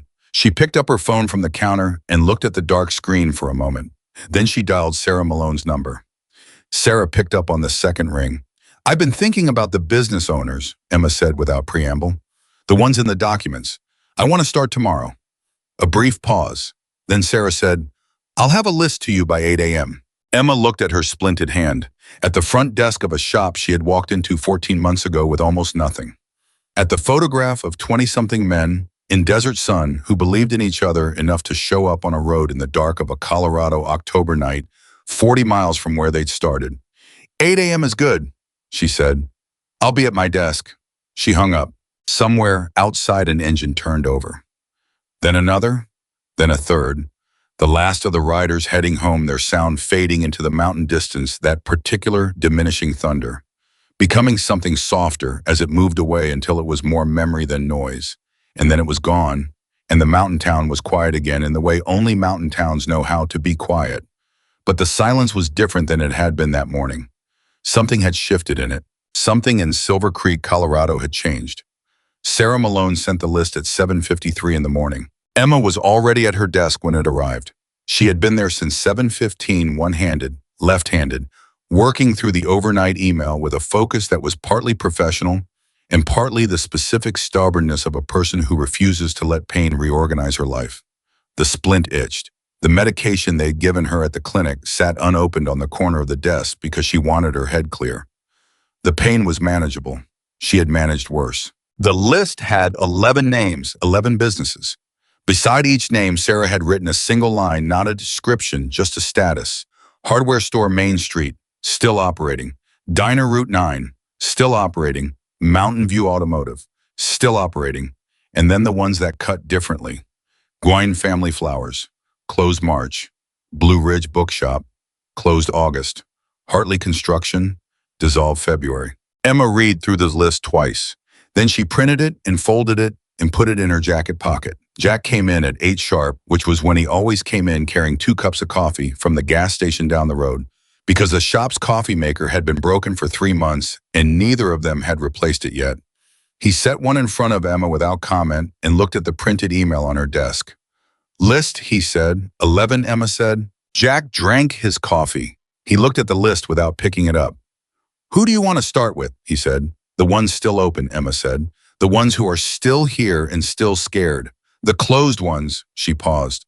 Those people have already lost something. That's a different conversation. I want to start with the ones who might still be able to protect what they have. Jack nodded slowly. Peterson Hardware first, he said. Ray Peterson, I've known him 20 years. He's stubborn and proud, and he's going to say he doesn't need help before he admits that he does. But he's also honest. If he decides to trust you, he'll hold. And if he doesn't decide to trust me, then nobody on that street will, Jack said. He's the anchor. The others watch him. Emma absorbed this. She picked up her coffee with her left hand and thought about it. Does he know you? She said. Well enough. Does he respect you? He respects that I've never given him a reason not to, Jack said, which in Ray Peterson's vocabulary is about as close to deep affection as he gets. Emma almost smiled. Okay, she said. Peterson Hardware, 9 o'clock. Jack finished his coffee. I'll drive. The shop sat on Main Street in the way that hardware stores in small mountain towns have always sat, like it had grown there organically, like the building had been there before the street, and the street had simply arranged itself around it. Ray Peterson was 68 years old, built low and wide, with the kind of forearms that came from 50 years of lifting and carrying things that required actual strength. He was behind the counter when they walked in, and he looked at Jack the way a man looks at someone he's known long enough to read weather in. Then he looked at Emma's splint. His expression didn't change, but something moved behind it. Jack, he said. Ray? Jack put his hands in his pockets. This is Emma. She works for me. I heard something happened at your place last night, Ray said. He was looking at Emma directly now, not at her splint, at her face, reading her the same way he'd read Jack. Half the town heard it. The motorcycles, Emma said. The motorcycles, Ray confirmed, and other things. He leaned on the counter. Victor Kane got arrested. It wasn't quite a question. He'd heard. He was confirming. Last night, Emma said. Yes. Ray Peterson looked at her for a long moment. He had the face of a man who has kept something behind his eyes for a very long time. Not guilt, not shame, but the particular compressed weight of someone who has been quietly surviving something and has gotten so practiced at it that the practice itself has become invisible. "Come to the back," he said. He came around the counter and led them through the store to a small back office that smelled like old paper and machine oil. He sat in the chair behind his desk, and Emma and Jack took the two chairs across from him, and nobody spoke for a moment. Then Ray Peterson said, "How bad is the evidence?" "Very bad," Emma said. "For him. You saw it yourself." "I took it myself," Emma said, "out of his briefcase, while he was across the room." She lifted her splinted hand slightly. "He'd already done this. I wasn't going to let him walk out with the only proof." Ray looked at something moved through his face that was not quite pity and not quite admiration, but was made of pieces of both. "He did that to you," Ray said. It wasn't a question either. "Yes," Emma said. Ray was quiet. He put both hands flat on his desk and looked at them. His hands were a working man's hands, scarred, thick-knuckled, trustworthy, in the way that things built for function are trustworthy. "He came to me 3 years ago," Ray said. His voice was level, not emotional. The voice of a man reporting facts because he has decided that facts are what this moment requires. "Told me he was putting together a development plan for this end of the county. Said my property was in the footprint. Said he could work with me or around me, and working around me would mean he'd need to raise some issues with the county assessor's office about my building permits. Issues that he'd discovered in his research." Ray paused. "There were no issues. I have clean permits going back 40 years. But he had a county official in his pocket who would have created issues if I didn't play." Emma waited. "So I paid him," Ray said. "Not a lot at first, what he called a consulting fee. Then it grew. Every 6 months a little more. And every time I thought about stopping, he'd send someone to remind me what happened to businesses that stopped cooperating." He looked up from his hands. "The Nguyen's stopped cooperating. You see what happened to them." The weight of that sentence sat in the room. "Ray," Emma said carefully, "did you know about the other businesses?" "I suspected," he said. "You don't get to be 68 years old in a small town without understanding that when things happen to multiple people and nobody talks about it, it's because someone made sure nobody would." He paused. "But suspecting and knowing are different things. And knowing without being able to prove is the same as not knowing when the person you're accusing has county officials in his back pocket." "It's different now," Emma said, "because you took the folder." "Because I took the folder," Emma confirmed, "which has 8 years of his own records in it. His own numbers, his own correspondence, names, dates, amounts. The county official is in there too." Ray looked at her. "Which official?" he said quietly. Emma looked at Jack. Jack gave a small nod. "Commissioner Haskell," Emma said. The silence that followed was specific and heavy. Ray Peterson sat back in his chair and looked at the ceiling for a moment and let out a long, slow breath through his nose. "Haskell," he said. "Of course it's Haskell." "You knew him," Emma said. "I knew he was wrong," Ray said. "I didn't know how wrong." He brought his eyes back down to Emma's. "Does Malone know about Haskell?" "She has the documents," Emma said. "She's been working this since last night." Ray was quiet for a long moment. The kind of quiet that is not emptiness, but calculation. A man working through a series of implications, measuring them against each other, arriving somewhere. "What do you need from me?" he said. Emma leaned forward slightly. This was the moment. She had known it was coming, and she had thought about how to say it, and she had decided that the only way to say it was directly, because Ray Peterson was not a man who responded to softened edges. "I need you to make a formal statement to Detective Malone," Emma said. "Everything you just told me. Dates, amounts, what he said, what he threatened. Your statement combined with the documents gives her something that can't be argued away." And she paused. "I need you to be willing to let the other business owners on this street know that you did it. Not publicize it, just not hide it, because they're watching you, and if you go, some of them will follow." Ray Peterson looked at her for a long time. "You're 24 years old," he said. It wasn't an insult, it was an observation. The observation of a man trying to reconcile the age in front of him with the weight of what she was carrying. "Yes," Emma said. "And you sat on the floor last night with a man breaking your fingers, and you still managed to steal his evidence." "Yes. And now you're here at 9 in the morning asking me to do something I've been afraid to do for 3 years." Emma looked at him steadily. "Someone had to go first," she said. "I went first last night. You go first on this street. And then maybe the Nguyens don't have to feel like they lost everything for nothing. Maybe the people he shut down get to see that it mattered, that what he did to them is going to cost him something real. Ray Peterson sat in his chair for 30 seconds without speaking. Emma waited. She did not fill the silence. She had learned a long time ago that silence was not the enemy, rushing to fill it was. The right silence held correctly let people arrive at their own conclusions. Ray Peterson stood up. "I'll call Malone this morning," he said. He looked at Jack. "You got yourself a hell of an employee, Jack." Jack looked at Emma. "I know it," he said. They left Ray Peterson's, and Emma looked at the list in her pocket. 10 names remaining. Jack drove. She navigated. They went to the diner on Route 9, where the owner, a woman named Gloria Marsh, 61, who had been running the diner for 30 years, heard Emma out for 5 minutes, went quietly rigid, and then said in a voice like gravel and something harder, "I've been waiting for someone to come through that door for 2 years. What do you need?" That was 2. The Mountain View automotive owner, a man named Dennis Cho, was harder. He was afraid. Not in a way he admitted nothing for the first 10 minutes, deflecting and minimizing and saying things like, "I'm not sure what you're referring to, and I don't really have anything useful to add." Emma let him talk. She let him run through his deflections without interrupting. And when he ran out, she said quietly, "Dennis, he broke 2 of my fingers yesterday. I'm sitting here with a splint on my hand talking to you this morning because I need what happened to me to mean something for the people he did it to over 8 years. I'm not asking you to be brave. I'm asking you to tell the truth to one detective who already has the documents. That's all." Dennis Cho looked at her for a moment. Then his shoulders came down about 2 inches. "He threatened my kids," Dennis said. His voice cracked on the word kids, and he looked away and pressed his mouth together and fought it down. He never said it directly, but he described them. What time they got on the school bus. Where my daughter's soccer practice was. He looked back at Emma. "That's what he does. He doesn't threaten you. He just describes your life back to you and lets you understand." Emma felt the cold fury move through her like a current. "He's in county lockup," she said. "He's not going to be describing anything to anyone for a long time, but I need you to tell Malone what he said." Dennis nodded, once, sharply. The nod of a man who has made a decision that has been a long time arriving and feels now that it's here less like a choice than like a release.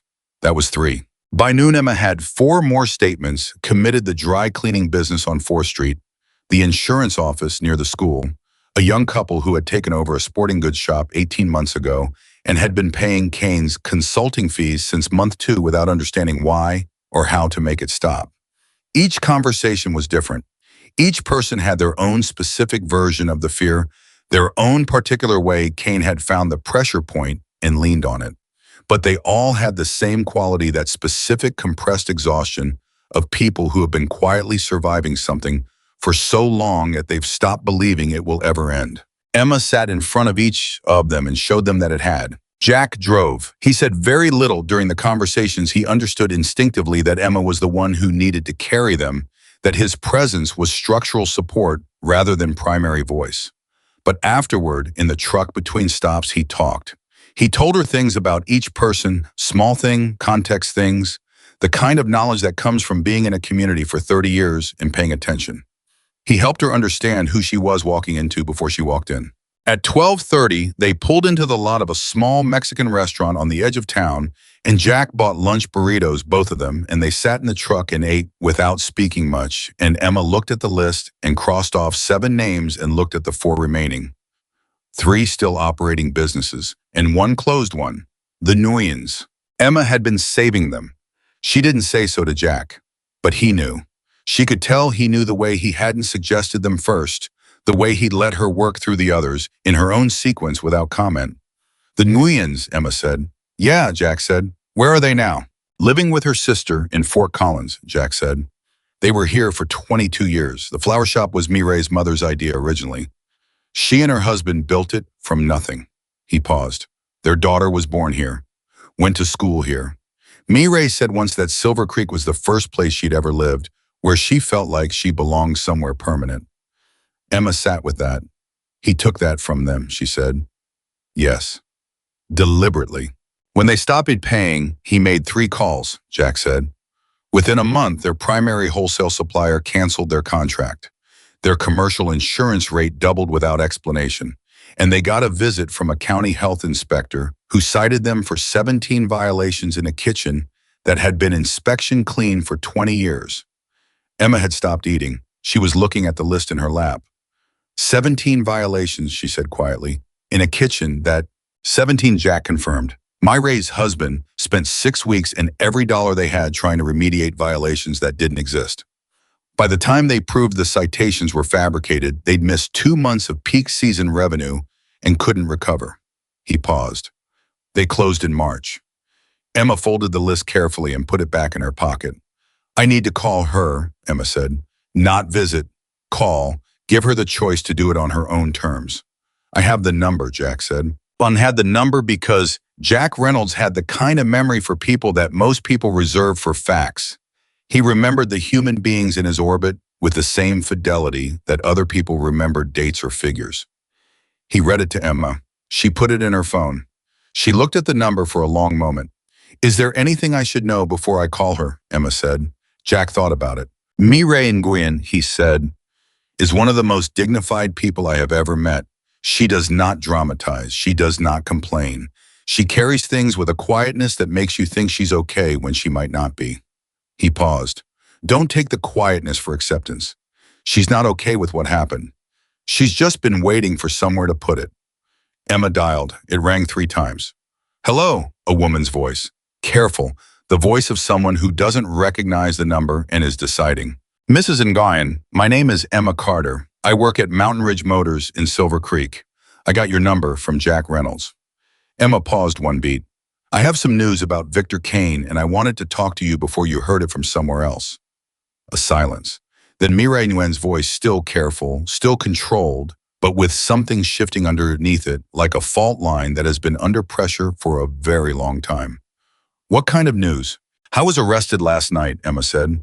I have the documents that prove everything he did, including what he did to your business, including the false citations. All of it. She paused. I wanted you to know.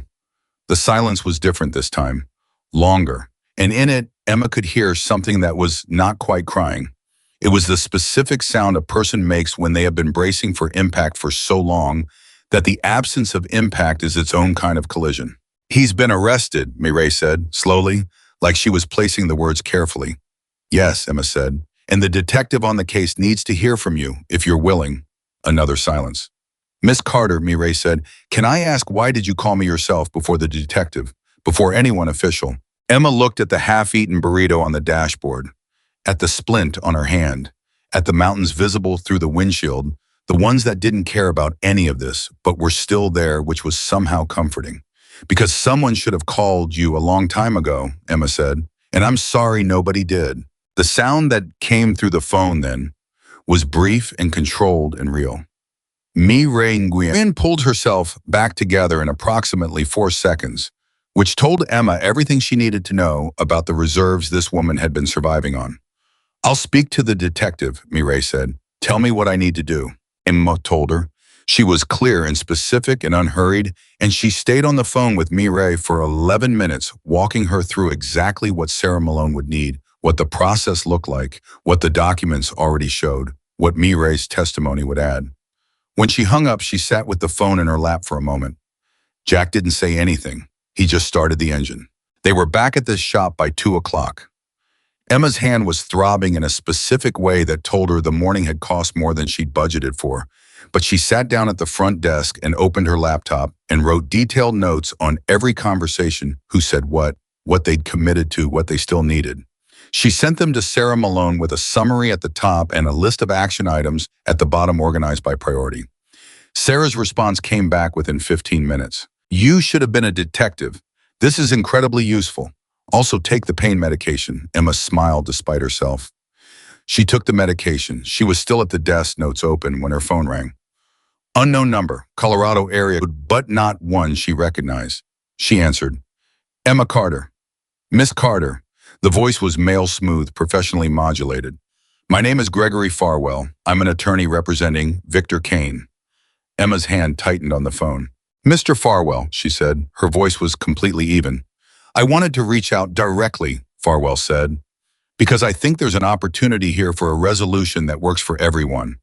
My client acknowledges that yesterday's meeting got out of hand. He broke two of my fingers, Emma said, and he's genuinely remorseful about that. We're prepared to make a substantial offer of compensation contingent on... No, Emma said. A pause. Miss Carter, I'd encourage you to hear the... No, Emma said again. Whatever the number is, the answer is no. The documents are with law enforcement. My statement is on record. The statements of multiple other victims are being collected today. There is no version of this conversation that ends differently than the one we're having right now, so I'd like to save us both some time. Another pause. Longer. You're certain, Farwell said. I'm certain, Emma said. My client has resources. Your client, Emma said, broke my fingers in front of a man who then made one phone call and had 90 people show up on a mountain road inside 30 minutes. Your client badly misjudged the resources available to the other side of this situation. I'd suggest you factor that into whatever strategy you're building. She paused. Have a good afternoon, Mr. Farwell. She hung up.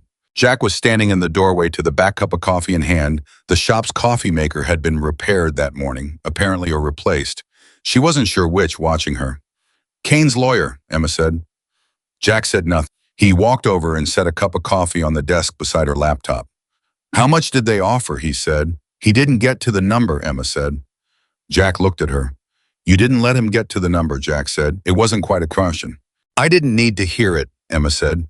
Numbers have a way of making you think in terms of numbers. I didn't want to think in terms of numbers. Jack sat down on the edge of the counter. He looked at her with an expression she had learned to read over 14 months, the one that meant he was about to say something direct and meant it. Emma, he said, whatever he offered, you're entitled to compensation for what he did to you. That's separate from the criminal case. You can pursue both. I know, she said. I'm not saying take the deal. I'm saying make sure you have your own lawyer. Emma looked at him. Do you know one? She said. Jack almost smiled. I know someone in Denver. She's good. She's expensive, but she works with payment plans and she doesn't lose. Call her, Emma said. Already texted her, Jack said. Emma looked at him. At the quiet certainty of him that he had already thought 4 steps ahead, already put something in motion, already made the call. She didn't know she needed made. Jack, she said. Yeah. Stop doing things before I ask you to do them, she said. It makes it hard to feel capable. Jack considered this seriously for a moment. I'll try, he said. Then she'll call you by 4. Emma shook her head. But the thing that might have been a smile was there again, that slight change in her expression. She turned back to her laptop. The afternoon moved in pieces.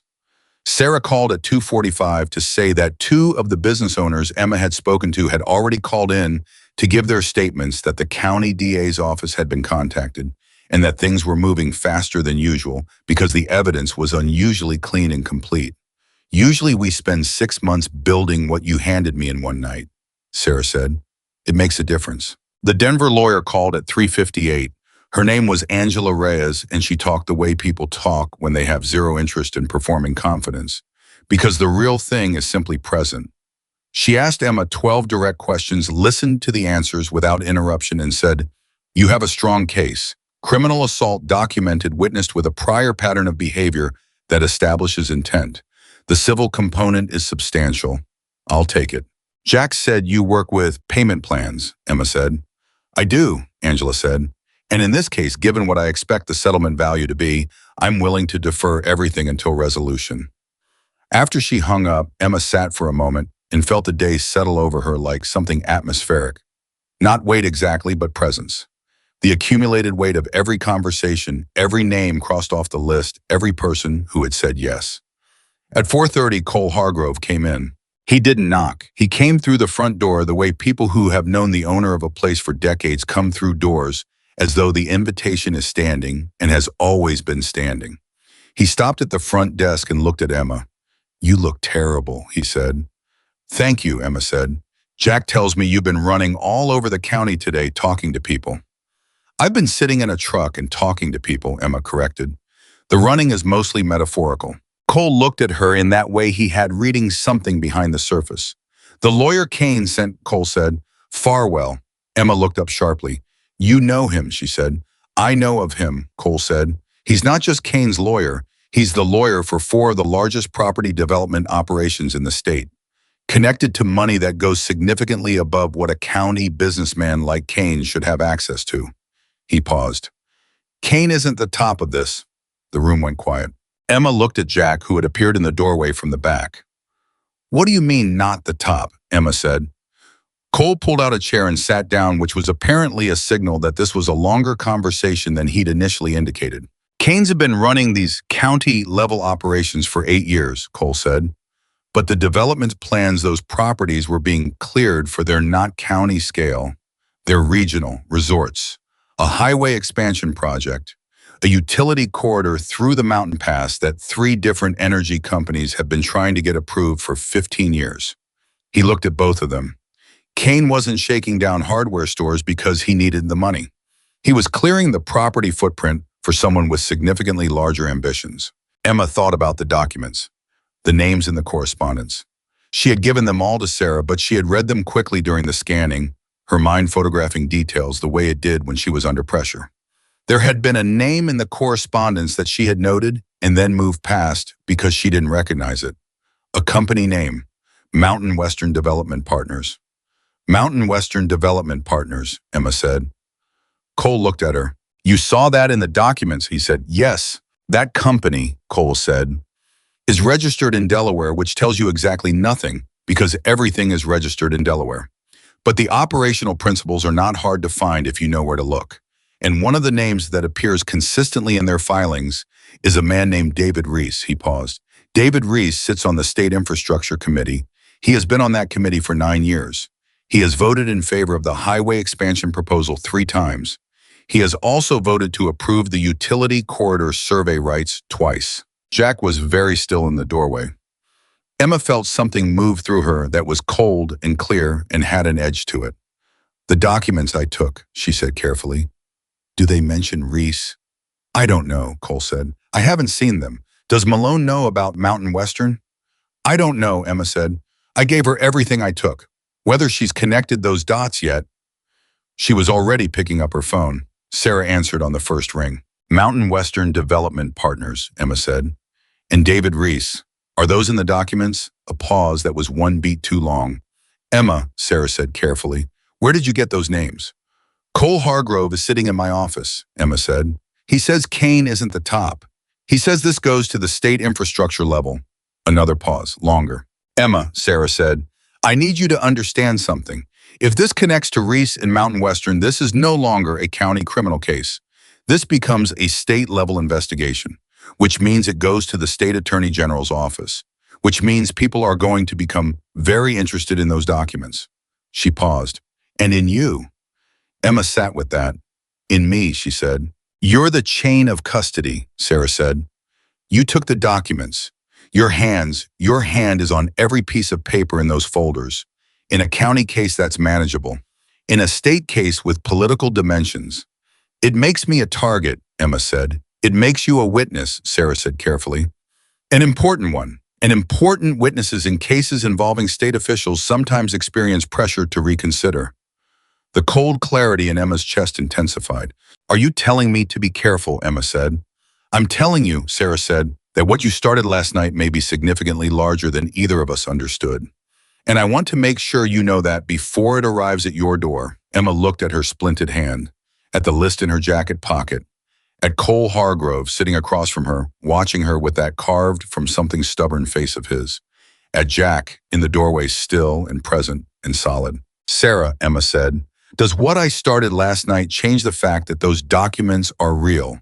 No, Sarah said. Does it change what he did to the Nguyens, to Ray Peterson, to Dennis Cho's kids? No, Sarah said. Then it doesn't change what I'm going to do, Emma said. Tell me what I need to know about state-level cases, and let's keep moving. There was a pause on Sarah's end. When the detective spoke again, her voice had a quality in it that had not been there before, something beyond professional, something almost personal. Okay, Sarah said. Here's what I know. Outside, the October afternoon was moving toward evening.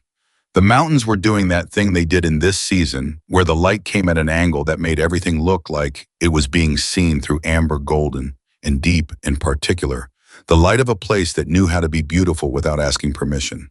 Emma Carter sat at the front desk of Mountain Ridge Motors with a phone pressed to her ear and a splint on her hand and a list of 11 names in her jacket pocket, and the knowledge that what had begun the previous afternoon as a quiet Thursday in a motorcycle shop had become something she didn't fully have a word for yet. Not a fight, not exactly. More like the beginning of something that had been waiting a very long time to begin. Something that had required a specific person in a specific moment willing to do one specific thing. She had done it. Now she had to see it through, and for the first time in her life, Emma Carter understood that seeing something through was not the same as doing it alone. The call from Sarah lasted 41 minutes. When Emma put the phone down, her hand was cramped from holding it, and the evening had moved further into dark than she'd realized. The shop's overhead lights had clicked on automatically at some point without her noticing. Cole was still in the chair across from her, elbows on knees, watching her with the patience of a man who has learned that the most useful thing you can do while someone is processing something enormous is simply remain. Jack had made coffee, real coffee, not gas station, which meant he had fixed the machine himself at some point in the afternoon without mentioning it. He set a cup beside Emma's keyboard and said nothing. Emma looked at the cup, then at Cole, then at Jack. "David Reese is already lawyering up," she said. "Sarah got a call from the state attorney general's office an hour ago. Someone in Kane's circle reached out before the documents were even fully cataloged, which means someone inside the county system told them what was in those folders almost immediately after Sarah received them." Jack straightened slightly. "There's a leak," Cole said. It wasn't a question. "There's a leak," Emma confirmed. "Sarah doesn't know where yet. She's being careful about who she talks to internally. She's already contacted the AG's office directly and bypassed the county chain of command." Emma paused. "She's been building toward something like this for 3 years, apparently. Kane was on her radar. She just didn't have the entry point." "Until you handed her one," Cole said. "Until I handed her one," Emma said. Cole looked at Jack. Something moved between them, that specific silent conversation that long-term trust enables entire paragraphs transacted without a syllable. "How exposed is she?" Cole said to Emma. "Sarah, you."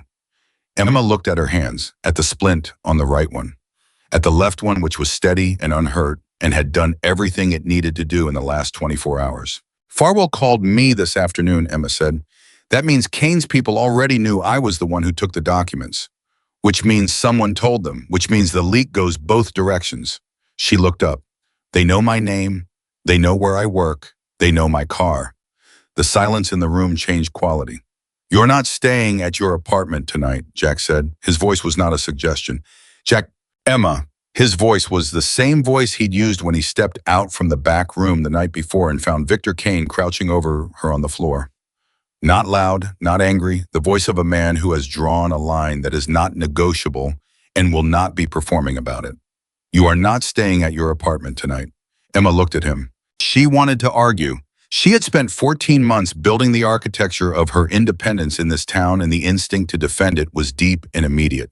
But she was also 24 years old and smart enough to know the difference between independence and stubbornness, between protecting your autonomy and walking into something preventable, because your pride had better posture than your judgment.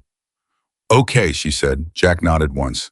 Cole said, "I'll have 2 people on the shop overnight. Not inside, outside, you won't see them, but they'll be there." Jack looked at him. Cole. Jack. Cole used the exact same tone Jack had just used with Emma. The same line, the same unperformative certainty. "Don't." Jack closed his mouth. Emma watched this exchange and felt something that she didn't immediately have words for: the specific texture of being inside a circle of people who had decided without announcement that you were worth protecting. Not because you were weak, not because you needed to be managed, but because you mattered, and because mattering was reason enough. She had lived outside circles like this her entire life. She hadn't known what it felt like from the inside. It felt like this, like coffee made without being asked, and 2 men using the same tone of voice on each other that they'd used on her, and a list of 11 names crossed off in a jacket pocket, and a lawyer named Angela Reeves who didn't lose. Emma picked up the coffee and drank it. "There's something else," she said. Both men looked at her.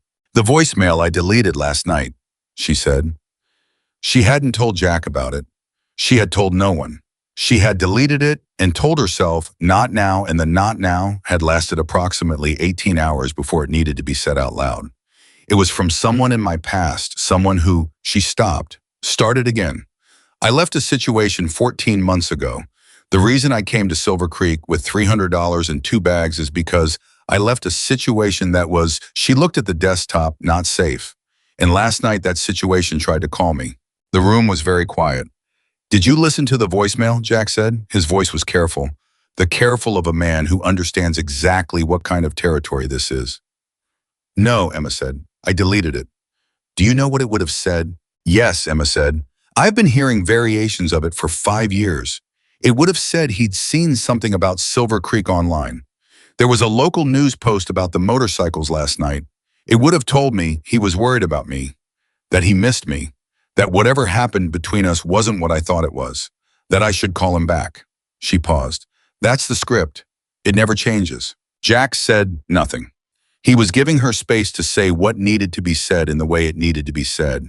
I'm telling you both, Emma said, because if something comes at this shop that isn't connected to Kane, if something comes that looks different, I want you to know there might be another direction it's coming from. She looked at Cole. I'm not asking for anything. I'm just telling you the whole shape of things, because you deserve to know the whole shape. Cole Hargrove looked at Emma Carter for a long moment. His face did the thing it rarely did. It softened, not into something weak, into something human. Does he know your address here? Cole said. I don't think so, Emma said. I didn't tell anyone where I went. I was careful. Is he the kind of person who finds things anyway? Emma was honest. He's found me before, when I didn't want to be found. Cole looked at Jack. I'll make a call, Cole said. He stood up. His tone communicated that the call had a specific nature, that it would involve people who were good at knowing things and were willing to use that knowledge in certain directions for certain reasons. He didn't elaborate, and neither Jack nor Emma asked him to. He walked out. The door closed behind him. Jack looked at Emma. Emma looked at the desktop. I should have told you earlier, she said. No, Jack said. You told me when you were ready. That's how it works. She looked up at him. You're not angry that I didn't. Emma, he sat down in the chair Cole had vacated. He put his elbows on his knees and looked at her straight. I hired you because you were competent and honest and you needed a chance. In 14 months, you have been the most reliable person in this building. You're allowed to have a history that you carry on your own schedule. He paused. But I'm glad you told me. Emma breathed out. Me too, she said. The night passed strangely. Jack had a spare room above the shop, not an apartment, just a room, a bed, and a dresser and a window that faced the mountains. He'd used it years ago when the shop was new, and he was putting in 18-hour days and driving home felt like waste. It was clean and sparse, and Emma slept in it without dreaming, which was its own kind of gift, and woke at 6:15 to the sound of one of Cole's people walking a slow circuit outside and the smell of coffee coming up from below. She lay in the narrow bed for 3 minutes and thought about everything. Then she got up. The next 3 weeks moved like weather. Not one continuous thing, but a series of systems, each one arriving with its own pressure and precipitation and aftermath. The state attorney general's office took primary jurisdiction of the case on day 4, which was what Sarah had predicted and what Emma had mentally prepared for. A pair of state investigators arrived in Silver Creek and spent 2 days interviewing the business owners Emma had spoken to, taking formal statements, reviewing the documents. They were professional and thorough and had the particular quality of people who understood the political weight of what they were handling and had decided to do their jobs anyway. David Reese resigned from the State Infrastructure Committee on day 7. His office issued a statement citing personal reasons and a desire to spend more time with his family, which was the political language for, I have been told, that what is coming cannot be survived, and I am trying to minimize the damage. The resignation was covered by 3 state news outlets and 1 national one briefly as a footnote to a larger story about corruption in rural property development. Emma read every article. She kept them in a folder on her phone, not out of satisfaction or not only out of satisfaction, but because she had learned a long time ago that documentation mattered, that the record of things was how they became permanent, how they became real, in the way that outlasted memory. Commissioner Haskell was indicted on day 11. The county announced it on a Thursday afternoon in a press release. that was 40 words long and contained no details beyond the fact of the indictment and the charges. Emma read at her desk and sat very still for about 30 seconds and then went back to the rental scheduling she'd been working on. Jack came up behind her and put a hand briefly on her shoulder. 1 second, removed. She didn't look up from the screen. Yeah, she said quietly. That was all either of them needed. Victor Kane's arraignment was on day 14. Emma did not attend. Angela Reyes attended on Emma's behalf for the civil proceeding components and called Emma afterward with the clipped efficiency of a woman who had been in courtrooms so many times that they had stopped having any atmospheric weight for her. He pulled not guilty, Angela said. Standard opening position means nothing. The evidence is clean. He knows it's clean. His lawyers know it's clean. This is going to take time, but the direction is not in question. She paused.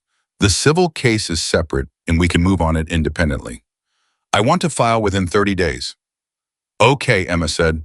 There's something else, Angela said. Emma waited. Mountain Western Development Partners filed for dissolution yesterday, Angela said. Delaware registration, so it takes 90 days to complete, but the filing itself is a signal. They're trying to move assets before discovery can reach them. Emma's jaw tightened. Can they do that? They can try, Angela said, and the way she said it contained an entire editorial about the likelihood of their success. The AG's office has already moved to freeze the relevant accounts. We're in a race, but we have a head start. Emma thought about the Nguyens, about Mireille's voice on the phone, that careful, controlled voice with the fault line running underneath it. Does this affect the victim's ability to recover anything? Emma said. That's exactly what I'm working on, Angela said. The dissolved entity can't simply make the debts disappear. The principals can still be held liable. It's more complicated, but it's not impossible. A pause. Emma, you understand that you personally, your own settlement is not the primary lever I'm using here. I know, Emma said. You could take a faster, simpler settlement and be done with it. The number would be real. I know, Emma said again, but you want the whole thing. I want the people on that list to get something back, Emma said. The ones who closed, the Nguyens, Hartley Construction, the bookshop, they lost years. They lost what they built. Whatever comes back won't replace that, but she stopped. Something should come back. Something should cost him that goes to them. Angela was quiet for a moment. Okay, she said, then that's what we build. On day 17, Ray Peterson called Emma directly. He had her number because she had given it to him that first morning, and he used it the way he did everything, directly without preamble. There's something you should know, he said. Tell me, Emma said. The development plan Kane was clearing the way for, Ray said. The highway corridor, the resort properties. I've been doing some research on my own time. He paused. There's a public comment period open right now on the highway expansion proposal. Closes in 12 days. The business community in this county has never collectively organized to comment. Every time something like this has come up, people have submitted individually or not at all. Emma understood immediately where this was going. You want to coordinate a collective response, she said. I want to submit something on behalf of the businesses on Kane's list, yes, Ray said. Something that puts the record straight about what was done to clear the path for that development. Something that goes into the public record before the comment period closes. He paused. I'm 68 years old and I'm not good at writing things down in the way that matters officially, but you are. Emma sat at her desk and thought about 11 names on a list. About a list that had started as victims and had become, over 17 days, something that looked increasingly like a community that had found its voice. Send me everything you have, Emma said. I'll have a draft to you by tomorrow morning. She wrote it that evening at the front desk of Mountain Ridge Motors, with Jack working in the back and the shop quiet around her in the October mountains doing their thing outside the window. She wrote it carefully and specifically and in the language of public record, factual, documented, referenced, but with a precision that came from having read those documents herself, having held them with one good hand while her right hand was in a splint, having understood what was in them, in the specific way you understand something, you risk something to obtain. She wrote for 3 hours. When she was done, she sent it to Angela Reyes for legal review. Angela sent it back at midnight with 4 line edits in one comment at the bottom that said, "This is excellent, file it." They filed it the next morning. 11 signatures, Ray Peterson first because he had asked and because he was the anchor. Then Gloria Marsh, Dennis Cho, the sporting goods couple, the dry cleaner, the insurance office, the others. And at the bottom, as the submitting party on behalf of the group, Emma Carter, Mountain Ridge Motors, Silver Creek, Colorado. Mireille Nguyen signed from Fort Collins. She sent Emma a text after she submitted her electronic signature. It said, "Thank you for calling me first. I will not forget that." Emma read the text standing at her desk and felt the thing that had been building in her chest for 17 days, that compressed, pressurized thing that was made of exhaustion and anger, and something else she hadn't named release slightly. Not fully, not yet, but enough that she could breathe around it more easily. She typed back, "The shop will still be here when you're ready to come back." She didn't know if Mireille would come back. She didn't know if the flower shop would reopen or if it would become something else, or if the Nguyens would build their permanence somewhere other than Silver Creek. She knew only that the door should exist, that it should be said. Mireille responded with a single word, maybe. Maybe was enough. On day 21, Cole Hargrove came back to the shop. Not for any specific reason that he stated. He arrived at 10 in the morning and sat in the chair across from Emma's desk and drank coffee and talked to Jack about a carburetor and looked at the photograph on the wall. The old one, Jack in the center desert sun leather vest. Emma was at her desk working when she became aware that Cole was looking at her. She looked up. "My people didn't find anything," Cole said, "on the other situation. The one you told us about." It took Emma a second to understand what he was referencing. Then she did. "Nothing," she said. "Nothing recent," Cole said. "No movement towards Silver Creek that we can identify. No activity that looks like searching." He paused. Could be he saw the news story and thought better of it. Could be something else. But right now, nothing. Emma absorbed this. "Thank you," she said, "for looking." "Standard practice," Cole said, which was his way of saying you're welcome without saying it. He went back to talking to Jack about the carburetor. Emma turned back to her screen. She sat for a moment without typing, aware of something that was happening in her chest that was quiet and fundamental and didn't have a simple name.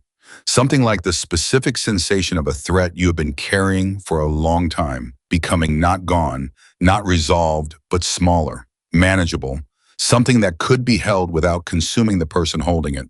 She had been running for 5 years, not dramatically, not in the cinematic sense, quietly, the way people run when they're trying to not be found, changing the shape of their life, making themselves harder to locate, rebuilding in places that the past didn't have addresses for. She had come to Silver Creek to be safe. She had found safety by becoming someone who stood still. That was the thing nobody told you about running, that the exhaustion of it was not physical. It was the exhaustion of the permanent crouch, the always ready, always watching, always prepared to leave quality of existing in a life you were never fully sure you got to keep. She was done crouching. She understood that now with a clarity that felt physical, like something that had changed in the way her body held itself, without her consciously deciding to change it. A week later, Jack called her into the back office. He had a coffee for her and one for himself, and he sat across from her at the workbench and got directly to it, which was always how Jack did things. "I'm going to start transitioning the business side to you," he said. "Gradually. The supplier relationships, the rental agreements, the insurance negotiations, all of it. Not because I'm leaving, I'm not leaving, but because I want you to know it as well as I do." Emma looked at him. "Why now?" "Because you asked me to teach you," he said, 3 weeks ago, in the truck on the way to the clinic. "And because you've spent the last 3 weeks proving that you already know more than you think you do." He paused. "And because I'm 62 years old and I have not been thinking clearly enough about what happens to this shop when I can't run it anymore." Emma looked at her coffee. "Jack," she said carefully, "are you—" "I'm healthy," he said quickly. "That's not what this is. This is me being practical about the future in a way I've been avoiding." He looked at her directly. "I'd like this shop to still exist in 20 years. I'd like someone who cares about it to be in a position to make that happen." Emma understood what he was saying. She understood all of it, including the parts he wasn't saying in words. "Okay," she said. "Okay, Anne." He seemed to have expected more negotiation. "Okay," she said again. "When do we start?" He almost smiled. That rare thing. "Monday," he said. On the morning of the 28th day, Emma arrived at Mountain Ridge Motors at 7 and found Cole Hargrove's truck parked out front. Cole was inside, sitting at the front desk, holding the old photograph from the wall in his hands and looking at it with an expression that was entirely private and that Emma almost walked back out to give him. She didn't. She came in and sat in the chair across from him and waited. Cole set the photograph down between them. "We should take a new one," he said. Emma looked at him. "Jack suggested it," Cole said. "A while back. I think he was right." Emma thought about the sticky note she had put on the frame 27 days ago for the next photograph. "Because there will be one." "Yeah," she said, "we should." "Not just us," Cole said. "Everyone who came that night. The ones who are still in the state anyway." He paused. "And you?" Emma looked at him. "I wasn't part of that history," she said. "No," Cole said. "You're part of the next chapter." He looked at the photograph. "The history is in the frame. The next chapter goes next to it." He paused. "That's how it works. You don't replace the old photograph. You add a new one." Emma sat with that for a moment. She thought about everything that had happened in 28 days, about the folder under the spare tire, about Mirai Nguyen's voice on the phone, about Ray Peterson's hands flat on his desk, about Angela Reyes saying, "This is excellent, file it," about Cole's people watching the shop and finding nothing, the specific relief of finding nothing, about Jack saying Monday in a way that meant something larger than a day of the week. She thought about a 24-year-old woman who had come to a mountain town with 2 bags and $300 and the intention of making herself small enough to be safe. She thought about what she had built instead. "Okay," Emma said. "When next weekend," Cole said, "I'll make the calls." He set the photograph carefully back in its spot on the wall. He aligned it the way you align something you respect. Then he stood and picked up his coffee and looked at Emma with that face of his carved from something stubborn and weathered, readable, if you knew how to read it. "One more thing," Cole said. Emma waited. "The kid who hurt you," Cole said. "Kane. He's going to have a very long time in a very small room to think about what he chose to do in that shop." He paused. "I want you to know, not because I think you need to hear it to be okay, because I think you're already okay, but because it's true, and true things should be said out loud. What he did cost him everything. What you did cost you 2 broken fingers and 3 weeks of difficult work and the discovery that you're more capable than you knew." He looked at her straight. "That's not a fair trade for him. It's a good one for you." Emma looked at Cole Hargrove. She had spent 5 years believing that the cost of surviving was invisibility, that you stayed safe by staying small, that the people who got hurt were the ones who made themselves known. Victor Kane had hurt her precisely because she was there, simply because she existed in the wrong place at the wrong time, because she was present and visible and within reach. Her invisibility had not protected her. It had just delayed the moment until someone decided she was convenient. What had protected her was not her smallness. What had protected her was the fact that she had stopped being small at exactly the right moment, that she had moved 11 seconds while Victor Kane was not looking, that she had carried a folder in her waistband through pain that would have sent a lot of people to their knees, that she had sat on the floor with broken fingers and felt rage instead of only fear and let the rage do something useful. And then this, the 3 weeks after, the calls, the statements, the public record, the window that had been closed for 8 years opened. She had not done any of it because she was fearless. She had done all of it because she was afraid, and she had chosen the right direction to be afraid in. "Cole," Emma said. "Yeah.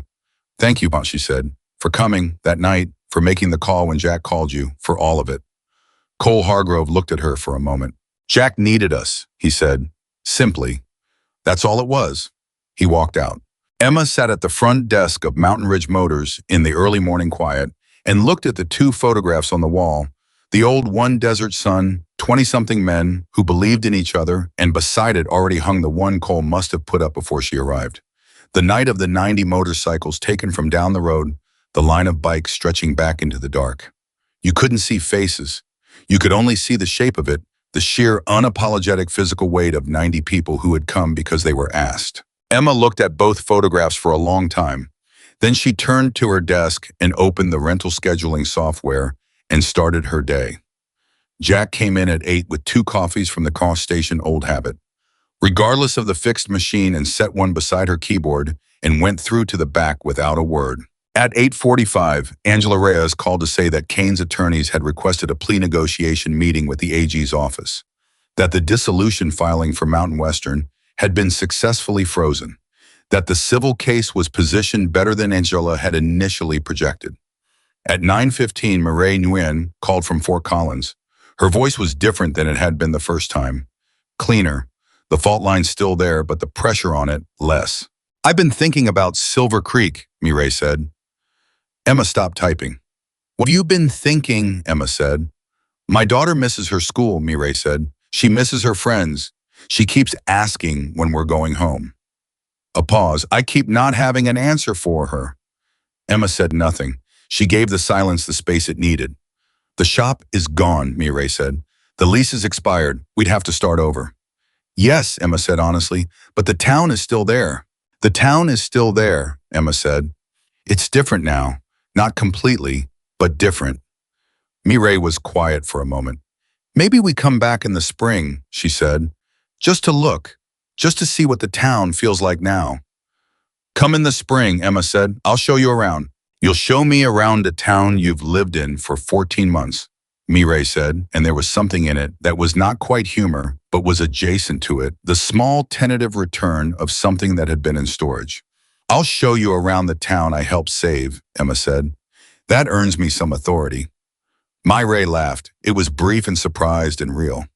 "Yes," she said, "I suppose it does." After she hung up, Emma sat at her desk and looked at the morning light coming through the window and felt the full weight of everything. The 28 days, the 11 names, the 90 motorcycles, the folder under the spare tire, the 2 fractures, the deleted voicemail, the sticky note, the Denver lawyer, the public filing, the new photograph going up on the wall. She felt all of it, and she let herself feel it, and it was heavy and complicated and good. Jack came out from the back at 9:30 and stood in the doorway and looked at her. "You okay?" he said. Emma thought about the question, really thought about it the way it deserved to be thought about. "Yeah," she said, "I am." He nodded. He went back to work. Emma turned to her screen. She had rentals to schedule, invoices, to reconcile a supplier call at 11, and on Monday she was going to start learning the business side of the shop that had given her 14 months of something she had been running toward her entire life without knowing what it was called. She had a name for it now. It was called home. And the woman who had arrived in Silver Creek with 2 bags and $300 and the habit of invisibility had become, without quite noticing the exact moment it happened, someone who intended to stay. Not because staying was safe, because staying was hers. And no one, not Victor Kane, not a dissolved corporation, not a lawyer named Farwell, not a voicemail she had deleted without listening to, not any version of any person or system that had ever tried to make her feel like nothing was going to take that from her again. Emma Carter had gone first.